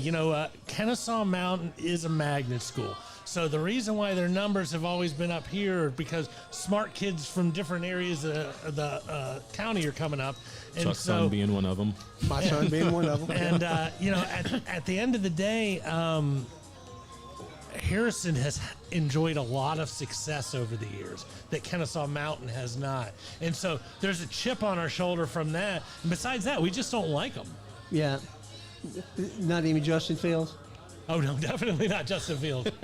Definitely not. Oh, that's funny. Yeah, I didn't think about it being on the same road, but Kennesaw Due West it becomes Due West Road. Absolutely. When you cross Due West Road, when it all comes together there. And when you went to Pine Mountain, now Pine Mountain almost exclusively goes All of it. of us went to Kennesaw Mountain High School. My daughter's middle school goes a third. Two different high schools? Alatoona, Harrison, and Kennesaw So the Mountain. three that you mentioned. What Wow. middle school is that? That would have been, let's see, Bullard and McClure. McClure. Yeah, absolutely. I got a friend named Billy McClure, and he taught at McClure Middle School. There you go. Yeah. It wasn't named for him, but yeah. He wasn't smart enough to have anything named after him. That's cool. So when you were at Kennesaw Mountain, did you play any other sports, or did you play any other sports growing up? So I played basketball growing up all the way until 8th grade, and then one of our last games of the season, I was driving the lane, and I went up for a layup, and a kid took my legs out from under me. That's no fun. I landed on my arm, snapped my arm in half. Didn't play that entire summer of baseball, and my dad was like, "Yeah, that's it. Yeah, you're not playing any other sports. You're better at baseball, and that's what you're going to do." So high school rolls around, and I think we had probably won 6 games in the 4 years I was there. But the football coach was just actively recruiting me every single day. He saw me, and the basketball coach as well. I wanted to do both, but I knew it probably wasn't best for me to do either one of those. Yeah, when you're a coach, and I don't care what you're coaching, and you feel like you need more players, and then you're just walking down the hall, and then here's this 6'1" freshman. It's like, yeah, I don't know what you do, but can you please come to my team? I can only imagine you were pleaded with many times. 100%, yep. But if you had, it seems like your dad leans you that way towards baseball. If you had to make your choice, what's your favorite sport to play? I was way better at baseball. I would have played baseball regardless. Yeah. I love the sport more. Basketball is fun to pick up and play, but I couldn't really necessarily see myself doing that day in and day out. Baseball, I could. So I was the exact opposite. I felt the same way about basketball. Basketball, yeah. I did play 1 year of high school baseball. Hit 500 my sophomore year. Went 2 for 4. I tore it up, baby. Triple and a That'll single. do it. You got to leave that last part out. Yeah. I batted 500. No, I can't. I got to tell the whole story, whole truth, and nothing but the truth. All right, that's cool. So you get to KSU. What did you like about Kennesaw State? Because most of the athletes that we interview on here, they're not 5 miles down the road. They're from other countries and other states, and so why did you like KSU? Man, KSU. So for me, being from the area and it was a good thing for me. I loved that I was that close to my parents still. I would still go to church with them on Sundays and go get dinner with them randomly. But I enjoyed having my parents that close to me. Throughout my college days, they went to every single one of my home games over the 4 years, and I'm the one that gives the visits currently. So whenever a local kid comes on campus, that's one of the first things I told them, and how much I appreciate that as a player, to look up in the stands and see my parents at every single game. So that's one of the reasons. My parents also did a good job of kind of like letting me steer those times where we would go get dinner and things like that. They wouldn't like overbear on me just because I was 15 minutes up the road, which I appreciated them for. Did you live at home when you were? So I lived at home my 5th year because of that was COVID. So I just stayed at home just to kind of make sure I was not didn't get COVID from anybody at the time. But the rest of the time I lived on campus at also the resident complex. Yeah. Yeah, but Kennesaw, I love Kennesaw. This is my 9th year in a row Being there. Yeah, being at Kennesaw. So it's my home. It's my place I'll always love, and it has a special place in my heart. Yeah. So tell us about your playing days. What position did you play? These people out watching they don't know anything about Terrence Norman. Tell us all about your playing days at Sneezy's back. So freshman year, I moved around a little bit from left and right, and then the rest of the time I was in right field. DH'd a little bit my last year, getting older, couldn't move as well as I once did. Boy, he's getting a little long in the tooth. At 21. Couldn't run quite like he could when he was 19. That fifth year kind of hit me hard a little bit, but Wait till your 68th year, buddy. You ain't been hit by nothing yet. Hey, the way my back's been feeling lately, I don't know. I might be getting there quicker than I'd hoped, but played right field, hit in the middle of the lineup. I played in probably like half the games my freshman year. Great experience. Got a great experience playing, which a lot of freshmen don't normally get. But then after that, I was in the lineup consistently, and yeah, so that was my time as a player. And you loved it. What was your favorite stadium you ever played at, other than at KSU? Yeah, so Stillwell Stadium is obviously my favorite.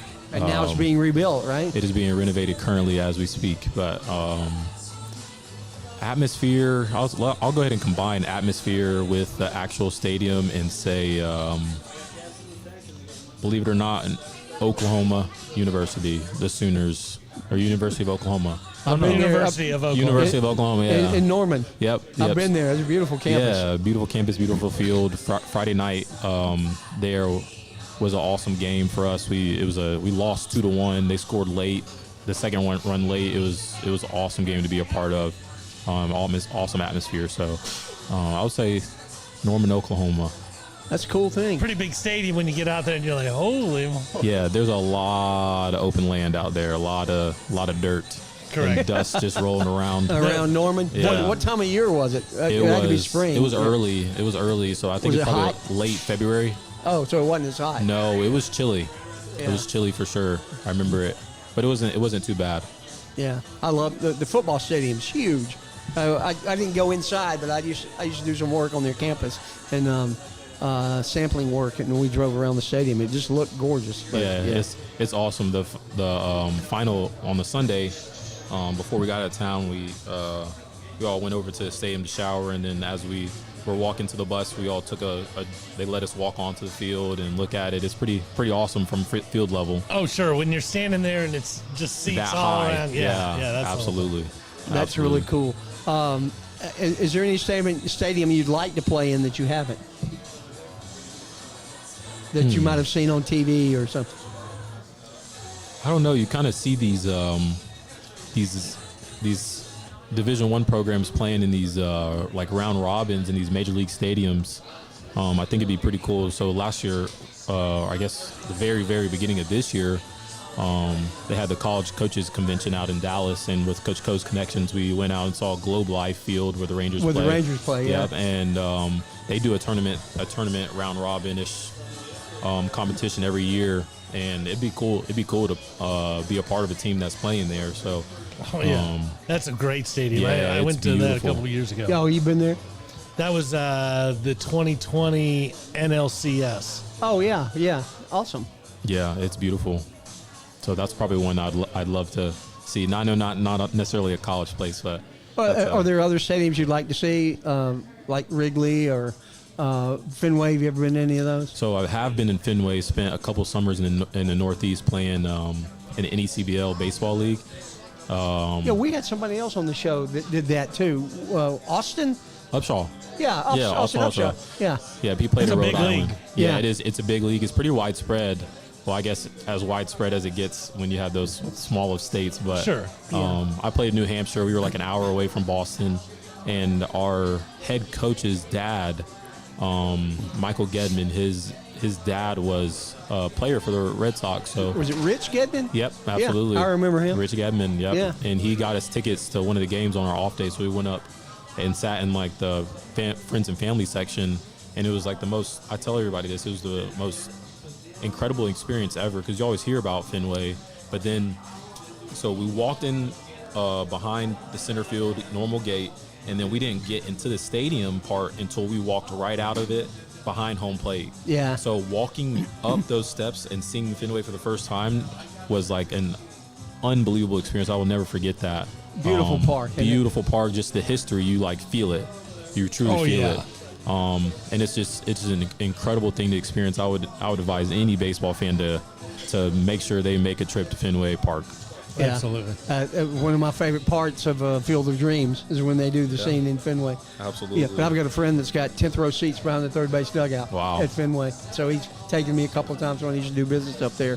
Beautiful stadium. And then 2 weeks later, I got to go to Wrigley, Wow. which blew me away. I Yeah. thought Fenway was heaven till I got to Wrigley. Yeah. Really? Yeah. I've never been to Wrigley. I'd love to see that. Would you like park to as well. play at the Field of Dreams in Iowa? Would they do that? That would be awesome. Yeah. That would be awesome to play at with the corn wall. That is so neat to me. I had a buddy I used to work with played in there. He hit a home run in the corn, so he said. But we'll see. I don't know.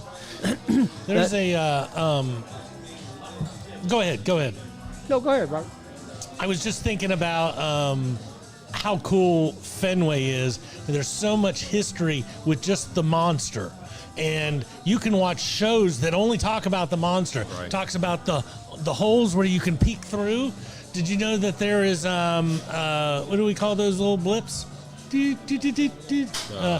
Morse code. yeah. There's Morse code signs on it where it's dash, and you never even notice that unless you look at it. So those types of places are just great. Yeah, it's a cool place. Didn't they have something happen last week or sometime recently where somebody hit a baseball into one of the light bulbs and the guy couldn't find it? Yeah, that's the end of the natural. No. That was one way up in the city. This was actually on the scoreboard. Oh, I gotcha. And they couldn't find it, and they wound up calling the ground rule double. I don't remember. I think it was Fenway. I'm not sure though. Yeah, but really, really cool ballpark. But I have to say this right now because I have a baseball guy, and I just learned this the other day. Do you know that's the only thing that actually is a ground rule double?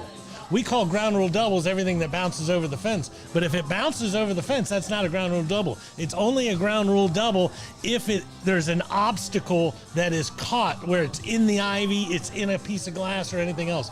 So it's pretty So wild. what is it if it bounces into the thing? It is it's something There's dumb. I've another never heard of. terminology Yeah.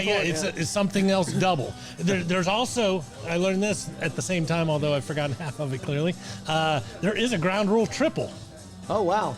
If you take your hat off and make any attempt to throw your hat at the living yeah. ball, that is a triple. Absolutely. Automatically. Absolutely. No That's a matter if ground- it was going to be a single It or doesn't whatever? matter. If you throw your hat at a ball, that's a triple. That's a Absolutely. brand new I've heard thing. that I've one. never heard that before. I never knew that those weren't actually ground rule doubles, but I did know that. Huh. All right. Well, let's get to Joshua Smith course all the way. We're going to continue our visit with Terrence. Got a couple of questions about his coaching position. He's not a coach. Joshua Smith and his wife Tammy are both graduates of Kennesaw State College. He's been practicing law for 24 years, specializing in sports and entertainment law, while continuing in criminal defense, civil litigation, juvenile and personal injury law. And he's ready to represent you all the way from your small town to the Supreme Court and any appellate court in between. With all the new rules regarding NIL and cash payments to athletes, they are placing a new emphasis on Kennesaw State University student athletics to help student athletes better navigate some of the bigger issues that have tripped up so many. Give them a call tomorrow at 706-217-2095. That's right, 706-217-2095. And thank you, Joshua Smith, for being a sponsor of the Owls Who Live Sports. So you're not a coach. What is your role now with the KSU baseball team? Yeah, so I'm the director of baseball operations. Okay, and what is your role? What do you do? A little bit of everything. So I do all of the travel, buses, hotels, flights. That's the same job George Costanza was supposed to have with the Yankees, right? I order all the equipment, design all the shirts. I give all of the visits. I plan all the official visits. So you're recruiting as well? Or? So I don't technically recruit because I'm not a coach, and by NCAA regulations, they don't allow me to go out and watch players. But yeah, so the coaching staff goes and finds the players and schedules a time for them to come on the campus, and then that's when I take them around Kennesaw and show them kind of what we have to offer them. What else do I do? I plan all of our fundraising events, our alumni golf tournament, our first pitch banquet. And Yeah, how come Carrick's not here tonight to see you? I don't know. I'm kind of upset by that, honestly. All right, Carrick, you heard it here first. I don't know. I have to give him a call, but but yeah. So I do. I touch a little bit of everything. And What's your favorite part of the job? my favorite part is being with the players. Yeah, just getting to know them and to pour into them each day and to make them better baseball, not just better baseball players, but better men as well, and try to prepare them for life as much as possible. But that's probably my favorite part of the job. That's so funny for me to hear you say that, knowing you're the same age as my son. So that cracks me up. Yeah. That's cool. So one thing that we ask every player or everybody that's on the show, and we've gotten a variety of answers, is who's the most famous person in your cell phone? That's a good question. Thank you. I stayed up all night working on that one. And I have thought about that question before. Have you really? I got a few big leaguers in my phone. We've had Brandon Marsh as an answer before. I think that was Austin. Yeah. Yeah. Didn't he go to high school with him? Yeah. Yeah, Brandon Marsh, me and him were in the same signing class at Kennesaw State. Oh, really? Actually, so I have him, Tyler Stevenson for the Reds with the Kennesaw Mountain. Played with him in high school. Saw him last week when they played here. Probably Is he in the lineup tonight? He's starting catcher. Yeah, Is he's he? starting the catcher. Yeah, probably hitting in the 3-hole. But probably Steve-O, Tyler Stevenson. Cool. That's a fun question. We always like to get to hear the different Yeah. answers. Coach Bohannon's was Jerry Rice. Okay, that's pretty cool. Yeah, we had somebody else that was Samuel L. Jackson. We've had Dabo Sweeney, Coach A.D. Overton. Who do you think he said? I don't know. He probably knows a lot of people. I bet Nick Saban. Close. Terry Saban. Interesting. His okay. wife. Okay. Because he said if I ever wanted to get anything done, I could call That's Terry. awesome. I didn't have to call Nick. Yep. That's cool. Hey, and just for the record, it's called an automatic double. Automatic double when it bounces over. An automatic double means it bounces and goes over. Although, once again, everybody's been calling it the wrong thing for I've never heard it called an 100 automatic years. double. So it's just one of those Forever, things. yeah. Yeah, well, that's interesting to know. So what's next on the agenda for you? Because you guys are off season now. You're not overseeing the building of the stadium or anything like that. No, but I am involved in the meetings, the planning of the stadium, the accessibility that we will have as a program to the stadium. Trying to get some things built in that are more player development pieces that will really help the program and over time and each individual player as well. So I'm involved in some of those logistical meetings. The biggest thing right now is just fall ball, getting ready for our spring game, our fall games. I saw that. You guys just announced those two games. Just announced it October 18th at Georgia Tech. It's a Friday at 4 p.m. And then October 26th versus Mercer. That'll actually be at East Cobb Complex. Coach Coase got some great relationships over there, and we're going to play and do our scout day that day on a Saturday. So just getting the guys ready for that. Got a team. This is funny. Every year we take a team camping trip. So that's been my week this week is making sure all the loose ends are tied up on that so we can head into the wilderness this weekend. Isn't that what, doesn't Coach Schunsel do something like that? Yeah, he takes all the girls out. Yeah. They do, yeah. Yeah, they do real camping, and we do as well. We Coach Co has a buddy that has some land, and it's an awesome spot. We took the guys out there last year, but we had to leave a little bit earlier just because some rain was going to come through. So we got out of there earlier than we would have hoped. But this year it looks pretty clear so far, so we should be good for a. Was it up in the North Georgia mountains? It's or? actually not. It's out in Western Georgia, Tallapoosa, Georgia. Tallapoosa. The home of the possum drop. Isn't that where they do the possum We'll have drop? that in Bremen and Bowman, yeah. Yeah, they What? do. You're gonna have to explain that one to me, Chuck. Like a New Year's Eve, it's a possum drop. The peach drop. No the chance, no chance. apple- True story. It They is. do the possum drop. I think PETA has Tallapoosa. stopped them at this point, but that's a different story. That's let insane. me ask you this question: out of all the stuff that you've ever accomplished, which is quite a bit, you won a batting title. What, your junior year? Yeah. So, you've got all sorts of personal accolades that could be thrown out and everything else. How high on your parents' list is being an Arthur Ashe Jr. Sports Scholar? Yeah, that's pretty high up there. That one was an awesome one to receive. I think it kind of just, if anything, it kind of just encompasses everything that I try to strive for every day. And Sure. but my parents are pretty proud about that. Absolutely. I mean, well, that's what parents are there to be proud about. Absolutely. Is he an incredible athlete? Yeah, but he's way smarter than he is fast. Just for the record. Do you attend any other sporting events at the school?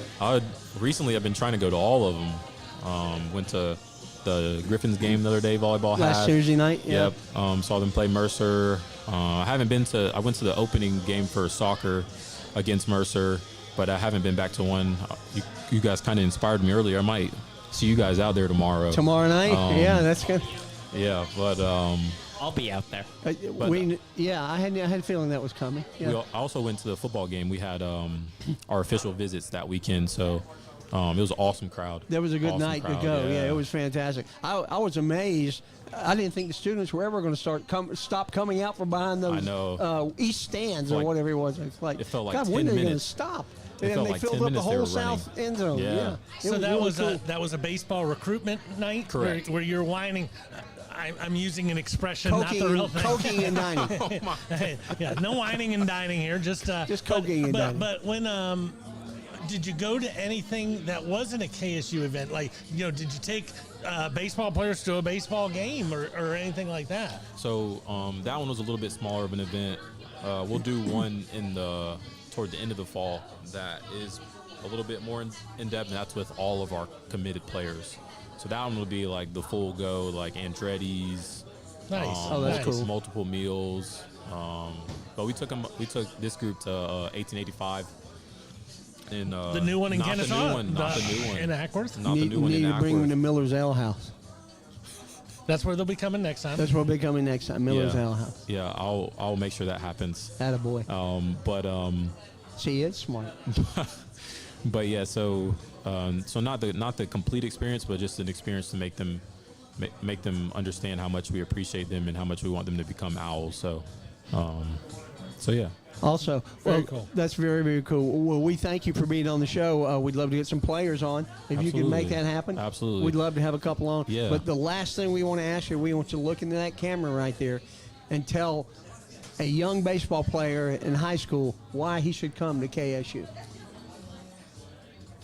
You should come to Kennesaw State University to play baseball because it is an awesome place to come, to develop as a baseball player, to develop as a human. Our coaching staff is filled with people that have tons of professional experience, tons of coaching experience, and to me, there's no place that rivals the commitment that we have to our players day in and day out. A lot of the realm of college athletics right now is transfer portal, but we try to build our program on freshmen and high school players and building relationships and over years and not so much of a direct kind of like quick hit program. So we love our players. We love building relationships with them, and Kennesaw has a special place in me and Coach Coe's heart. We both played here and spent a significant amount of time here. So we put all the coaching staff puts all of our time and energy and heart into it. So that is why you should be a Kennesaw State Owl. Not to mention, you get to Love it. hang out with you. Absolutely. How about one more big hootie hoo for our buddy Terrence Norman? Hootie hoo! Thanks, Terrence. Appreciate you being on. And like I said, Thank you guys for get having us some me. players on. We got to get your super fans over here on there and make some football predictions. Yeah, absolutely. Absolutely. Thanks, absolutely. Terrence. Thank and, you I'll, guys. and I'll send you a picture of my son and see if you guys know each Please other. do. Please All right. do. Be Chuck, good, Terrence. Thank you guys for having All me. right. Thanks. Go ahead, Robert. What am I doing? American Josh, Access. Have I already done all those? I guess I already did all those. Yeah. Tired of going to the same old places for the same old thing? American Access has your solution. Whether you're looking for something new to do before or after the game, the most memorable workouting ever, or just wanting to take something else off your bucket list, American Access has 3.5 Atlanta locations in Marietta, Tucker, downtown at the Works, and the uber cool new mobile axe experience that can be set up wherever you need. Keep an eye out at events and festivals in the future and a few Falcons games for the mobile axe experience. And now I understand why that's such a difficult word to say. Look us up at American Access or give us a call at 678-763-3635. That's right, 678-763-3635 to schedule your next adventure. Thank you, Dan Fisher, for being the sponsor of the Owls Who Live Sports. And we bring back our good buddy, Mr. Will, the traveling man Renfro. Listen to that crowd. What's up, Traveling Jones? Oh man, I had a couple long flights there I am sure you did. Hey, and a quick turnaround. I mean, out on Friday and back on Sunday. Larry, I have lost my pen, so I can't mark these games, so make sure you get them written down, okay?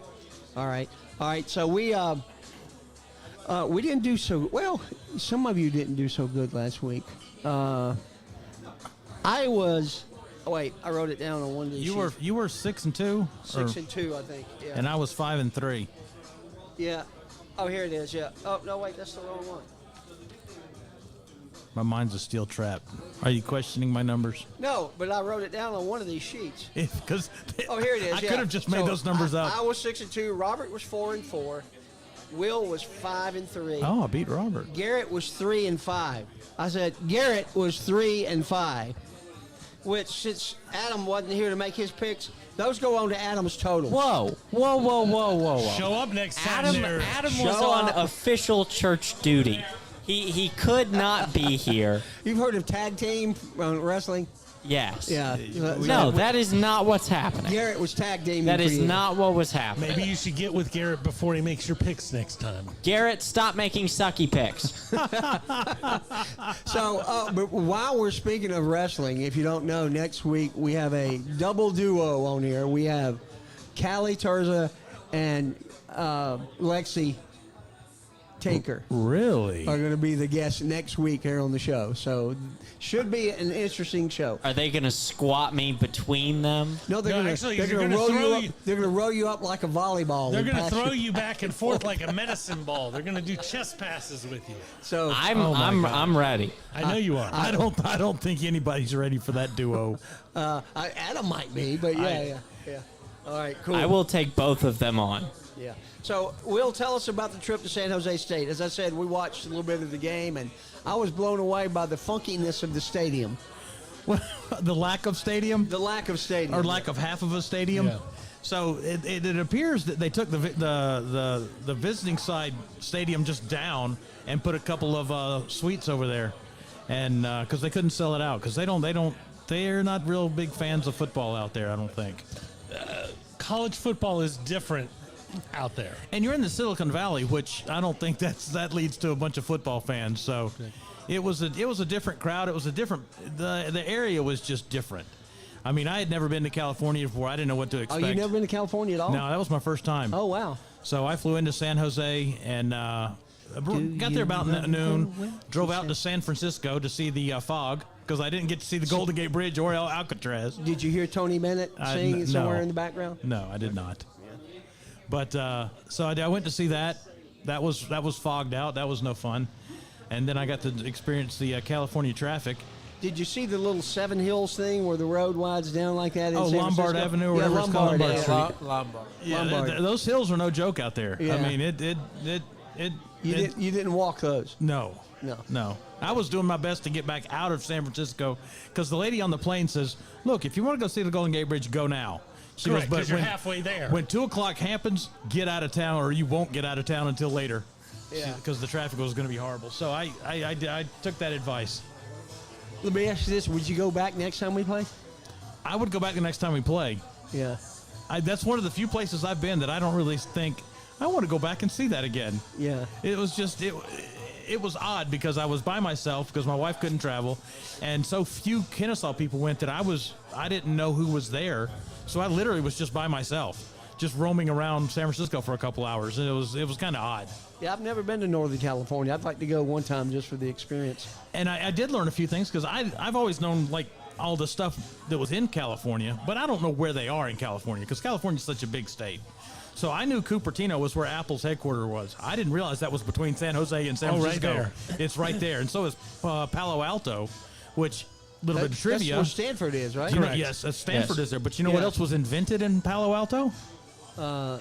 No. The computer mouse Oh, really? at the Palo Alto Research Center, which was owned by Xerox. Wow. So it was invented, and that's where Steve Jobs got the idea and put it into the Macintosh. Thank you Steve Jobs stole most of Apple's stuff from Xerox. Absolutely. Thank you for squeaking that information. Well, I out used to to work us for about the Xerox. mouse. That's how I know there you that. go. So, Robert, you've been up to Northern California? Many times. Yeah. Many times. I have too. And I did on the way back. I did a layover at LAX, and all I can tell you about LA is they got a really nice Delta Sky Club. And that's about it. That's about it. I'm not a big fan of LA. Been there many times. Never been to Northern California, but been to LA a bunch.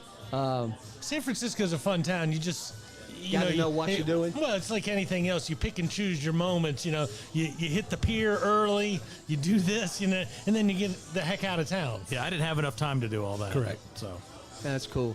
Weather was good? weather was beautiful while I was out there. Yeah. I enjoyed watching the game, and we talked about this a little bit earlier. It was really cool to look at my TV and see KSU on all the things you could choose from on ticker YouTube on the TV. bottom. Yeah. Well, but on the on the top, choice. where it says you can watch them in multi-view, you can watch them by themselves, and they were in 3 or 4 different multi-views. And I Yeah. said, just the exposure from that is so Right. strong. And we were on for the College Game school. Day. Yeah, again. They had a preview of the game. Yeah, and you they had, posted something about that on your Facebook page. Yeah. Oh, and the other this is the one really good thing that I did learn about California. On Saturdays and Sundays, football starts at 9 a.m. Oh, yeah. Well, what was weird when I went to Hawaii, we woke up and the games were all over. I said, what I missed college football. This is horrible. Yeah, that's funny. California's weather is pretty cool, but that's about it. Yeah. Yeah, that's cool. Well, we've got some ball games to pick. Like we said, we had a pretty good week last week. Nobody really sunk other than Will. I mean, not Will, but Adam. Garrett. Adam. Garrett. Sparkles. Adam was on official church duty. Sparkles tag team partner. Sparkles. That's Sparkles and Sprinkles. Oh, Garrett. Sparkles and sprinkles. Yeah, I don't know which I'll one's take. which. I'll take it. I'll be sprinkles. Anything to be Garrett's partner would be a cool thing. Yeah. All right. Okay. So we've got 8 new games at 8. 1, 2, 3, 4, 5, 6, 7, 8. Yep, 8 more games this week. Southern Miss getting 6 at Jacksonville State. I don't think Jacksonville State has done anything against the spread so far this year. 0-3 versus Southern Miss, which is 1-2. So not a lot of good stuff coming out of this game. Man, I can't believe we're this far into college football. This seems like we just started. And Right. yeah. Before I mentioned, I went to Cabela's to talk to him about the Barnyard Brawl. This lady I talked to didn't have a clue No. about anything. She said that's something you got to go through corporate for. I said, yeah, but I was just trying to see what you got to go through corporate. You got to fill out things and get the donation. I said, I'm not looking for a donation. My name's Chuck Burge. I'm trying to gauge your interest in this thing. But wait, you're an hourly employee. You're never going to be interested. Exactly. Yeah. She was a customer service manager. I asked to speak to the manager. He's not available, but I can send you customer service. And I knew as soon as I walked over, she was about 85 years old, and she didn't know anything about football. She didn't know nothing. So wasted time, but we're not giving up. So, Okay. All right. So I will take Jacksonville State just because they got to cover at some point in time. Yeah, not this week, I don't think. I'm going the opposite way on this Southern Miss Eagles. You know who they are? The Eagles. Yep. Yes, the Golden Eagles. Golden one. Eagles. The that's right. Favre Eagles. Yeah, the home Bert Favre. Favre. They played Kentucky at the beginning of the year, got in a lightning delay. That only lasted 3 quarters. They lost to South Florida this week. 49-24. It's a good South Florida team. I'll take the Golden Eagles. I'm going with Southern Miss as well. Yeah, anytime I can root against Jacksonville State, I'm going for it. Yeah. So give me a reason to root against them. I'm right there. All right. 3 Southern Miss and a Jacksonville State. Duke minus 14.5 at Middle Tennessee State. Man, Middle Tennessee State got handed to them last weekend. I thought they were a little bit better because was it Ole Miss? No, 2 weeks ago they played Ole Miss, right? Played Ole Miss 2 weeks ago, lost 52-3. Yeah, and who did they get beat last week? The Red Blobs beat them 49-21. So they didn't cover last week either. As much as I love Kevin, love you, buddy, but I'm going to have to go with the Dukies on this. And I hate going with the Dukies for anything, but yeah, I'm going with the Dukies on this one as well. Yeah. Adam, did you pick the other one? I picked You Southern picked Miss Southern Jack Miss. State. How about Yeah. this one? I think this is an interesting matchup. Duke's starting quarterback is Malik Murphy, former quarterback at Texas, played a lot last year with Quinn Ewers hurt. I haven't really watched this Middle Tennessee State team. What I have seen of Duke, I haven't liked. I watched their game against Northwestern. They beat Northwestern. Yes, they did. They're That game 3-0. went into double overtime. They won 26-20. I'll take the Blue Devils. Yeah. It's an odd game, too, because Duke is traveling to Murfreesboro. Yeah. Yeah, that's Which we will be doing on October 15th. Yes, Yeah. absolutely. I'm excited about You that. expect Murfreesboro to travel to Yeah. Raleigh. You would think. Yeah. Did they get a home and home with Duke or something? They must have. I don't know how else don't this know. happens. Yeah. Yeah. I really don't. Yeah. We'll have to see. Well, I'm going to go ahead. I'm going to go ahead and go with Duke as well. So it's a Duke across the board for a Duke plus 14.5 Middle Tennessee State. All right, the Miners plus 9.5 at Colorado State. Colorado State looked horrible against Colorado the other day. Yeah, they read their own press.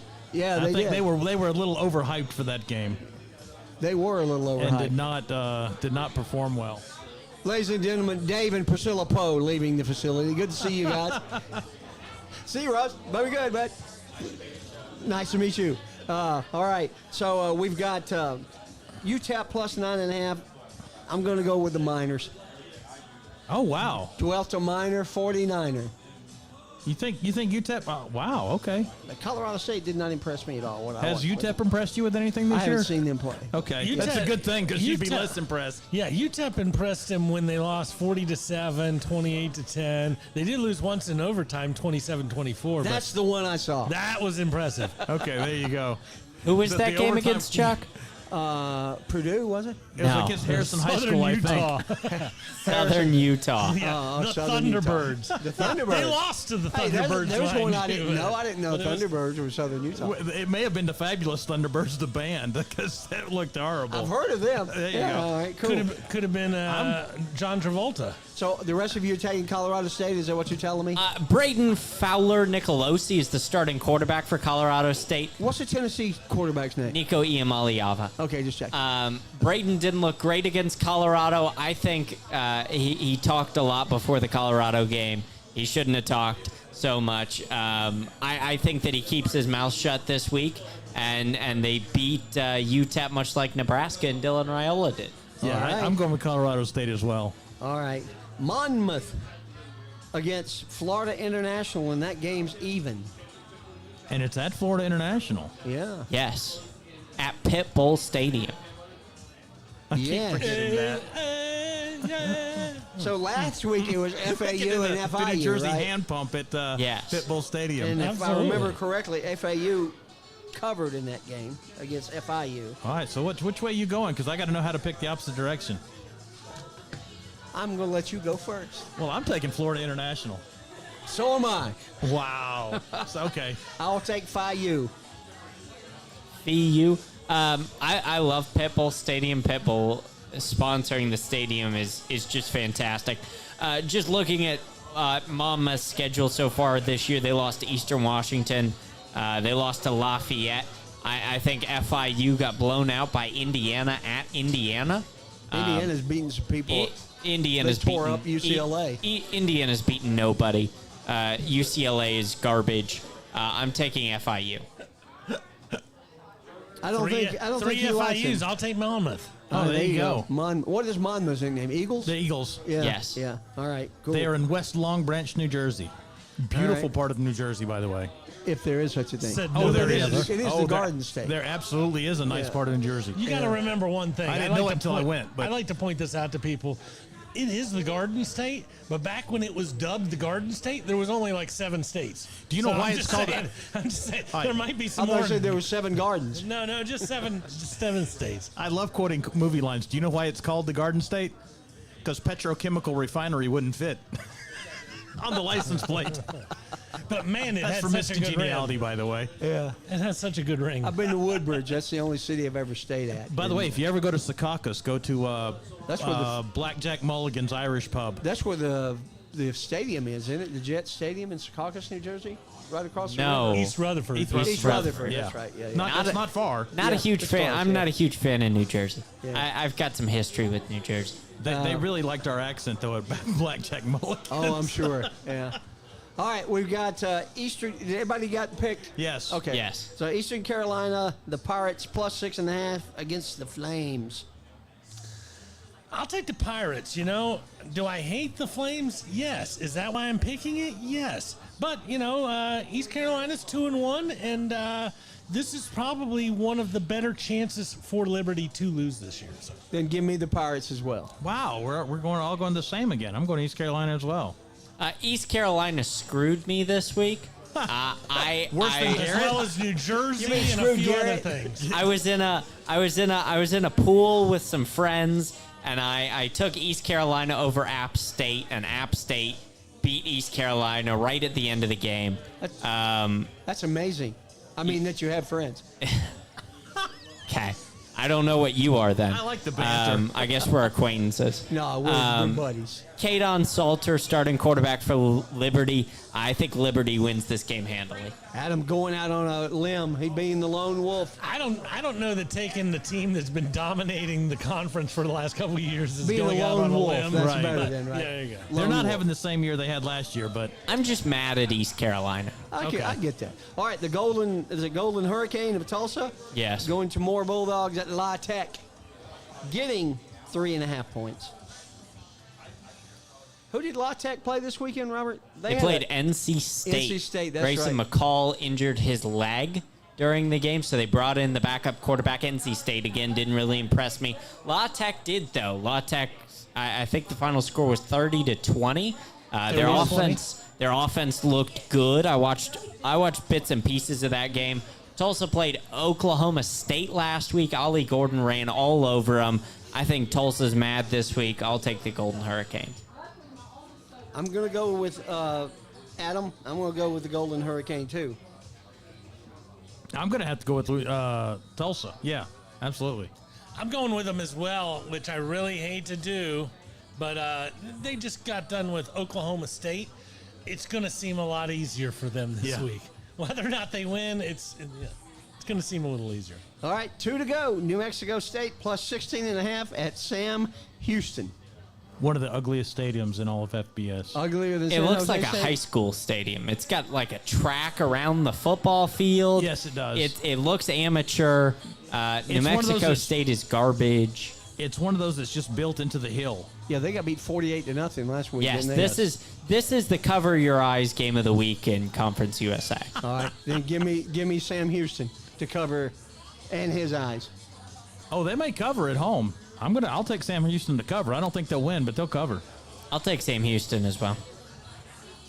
Sam Houston is favored, aren't they? Yes, they're favored by Oh, I'm 16 sorry. and a I half. was going to say, if they're going to win, they're going to have to cover, or sorry. somehow in there. Yeah, I said that wrong. I'll go Sam Houston as well. I really don't care about this game. You're not a big Bearcat fan? Bearcat that's spelled wrong? Yeah. That's who Sam Houston is? Aren't they? Yeah, isn't Yeah, it it's, spelled? it's Bearcat with a K. I Yeah, think. Yeah, Bearcat. Yeah. Cool. All right, we got Toledo -2.5 at the Red Blob. So Toledo's favored on the road in Western Kentucky. And I'll take Toledo. Who did Western Kentucky play last week? They played They got beat by Middle Alabama. Tennessee State. Yeah, That was 2 weeks ago, though. yeah. Then they clobbered Middle No, Tennessee they State last week. they played MTSU last week. Yeah, they beat them bad. They lost to Bama Eastern Kentucky the week 63-0, before. beat Eastern Kentucky 31-0, and then last week everybody got the chance to score. It was 49-21. Yeah, I'm going with Western Kentucky. I'll go with the Red Blob myself. Favored underdog at home. I got to go with a home dog. Yes. Coming off that big win at Mississippi State, I just think as those Toledo guys are flying high still. You took my point, Robert. Toledo comes off a week in Starkville where they blew out the Bulldogs of Mississippi State. It wasn't close. Mississippi State, one of the worst teams in the SEC. Toledo, one of the best teams in the MAC. They've got a chance to run the table and win the MAC. They'll be competing with NIU all year. Western Kentucky hasn't looked great this year. They did beat Eastern Kentucky pretty badly. Give me the Rockets at Toledo. All right, cool. So to sum up me, because I've been You've been neglecting the Axe. So I'm giving the Axe to Southern Miss, Middle Tennessee State, Colorado State, Monmouth, Liberty, La Tech, New Mexico State, and Toledo. So, all right, American Axes, you are covered for this week. I was thinking about something earlier this week. I was having an argument with somebody, and they were like, they hate the 12-game playoff and everything else. I was like, shame on you if you're not one of the top 11 teams. My question tonight is about that 12th spot. Right now there's some decent teams, whether you say Toledo from this conference, Liberty from another conference, Boise, Memphis. There's Illinois. No. But there's a decent chance that although I don't think anybody's going to care about what about that 11th place team that doesn't make the final, they didn't make it. I'm back. But at the end of the day, what do we call it? Best of the party group of of five auto bid. Yeah. So Best of the rest. Best of the rest. That's going to be a tight one where it's going to be really interesting to see who gets that nod. And Wazoo doesn't count as the Tupac doesn't count as a group of five. No. Six-pack No. might, but Tupac Six-pack does might, not. yeah. All right. Well, I'm still sticking with Boise State. They're like Adam and I agree on, which is unusual. They got the best running back in the country. They do. That is, they are far and away the best running back in the country. I think the race for the group of five is going to be really interesting. Memphis is right in there. Toledo's in there with their win. NIU is in there. I mean, there's a lot of people that could claim that group of five spot. So how many SEC teams are going to get in the 12? Four. Is it limit? Is it capped? Three or no? It's Oh, not okay. capped. I'm going with 3. I'll go with 3 or 4. Yeah. So who's the fourth one? Because you got Georgia, Texas, and Alabama. Who's the fourth one? All depends on. It'll come down to Tennessee and Ole Miss. Oh, Tennessee. Tennessee hadn't played anybody tough, but They played NC at State. Oklahoma this week. They're playing putting up Oklahoma this week. Yeah, they're putting numbers up on Yeah, everybody. but I wouldn't put a whole lot of stake under Oklahoma. Tennessee, I don't know. Tennessee is We'll like see. South Carolina. They're always talking early in the season until they get hit in the mouth, and then it falls apart. They blew out NC State pretty much at NC State. So It was in Charlotte. yes. Yeah. So I mean, it's they're not a bad team. No, they're not. They're better than they've been. Yes, but Nico Iamaleava he's a fine quarterback. I know they played Georgia. Who else is on their schedule? Well, they played Georgia and Alabama. So Yep. No, I don't think they play Alabama this year. I think it's Oh, just Oklahoma? Georgia and Oklahoma are the did only they get ones rid on of their the schedule. rivalry? I think so. Because that was one of their I big could be rivalries. wrong. Was the second Oh, October, I think they play Texas. second Saturday in October. Yeah. I don't. They, know they going don't. away with I that. know they don't have a super tough schedule compared to Georgia or Alabama. Yeah. Well, this is why we need to get Will on the 5 o'clock show so we can talk some real college football with us and not just Conference USA. Yeah. Well, I Yeah. do know a little about SEC and ACC football. Well, there so. you go. And you know a lot about San Jose State. And you know a little bit about traveling around California. Yeah, There well. you go. All right. Well, guys, another great show. Terrence, thanks for being on. Terrence Norman. And our good buddy Will Renfro. Adam, Larry, Robert. Great show. Till next week. Give me one more bid. Hootie hoo! Hootie hoo!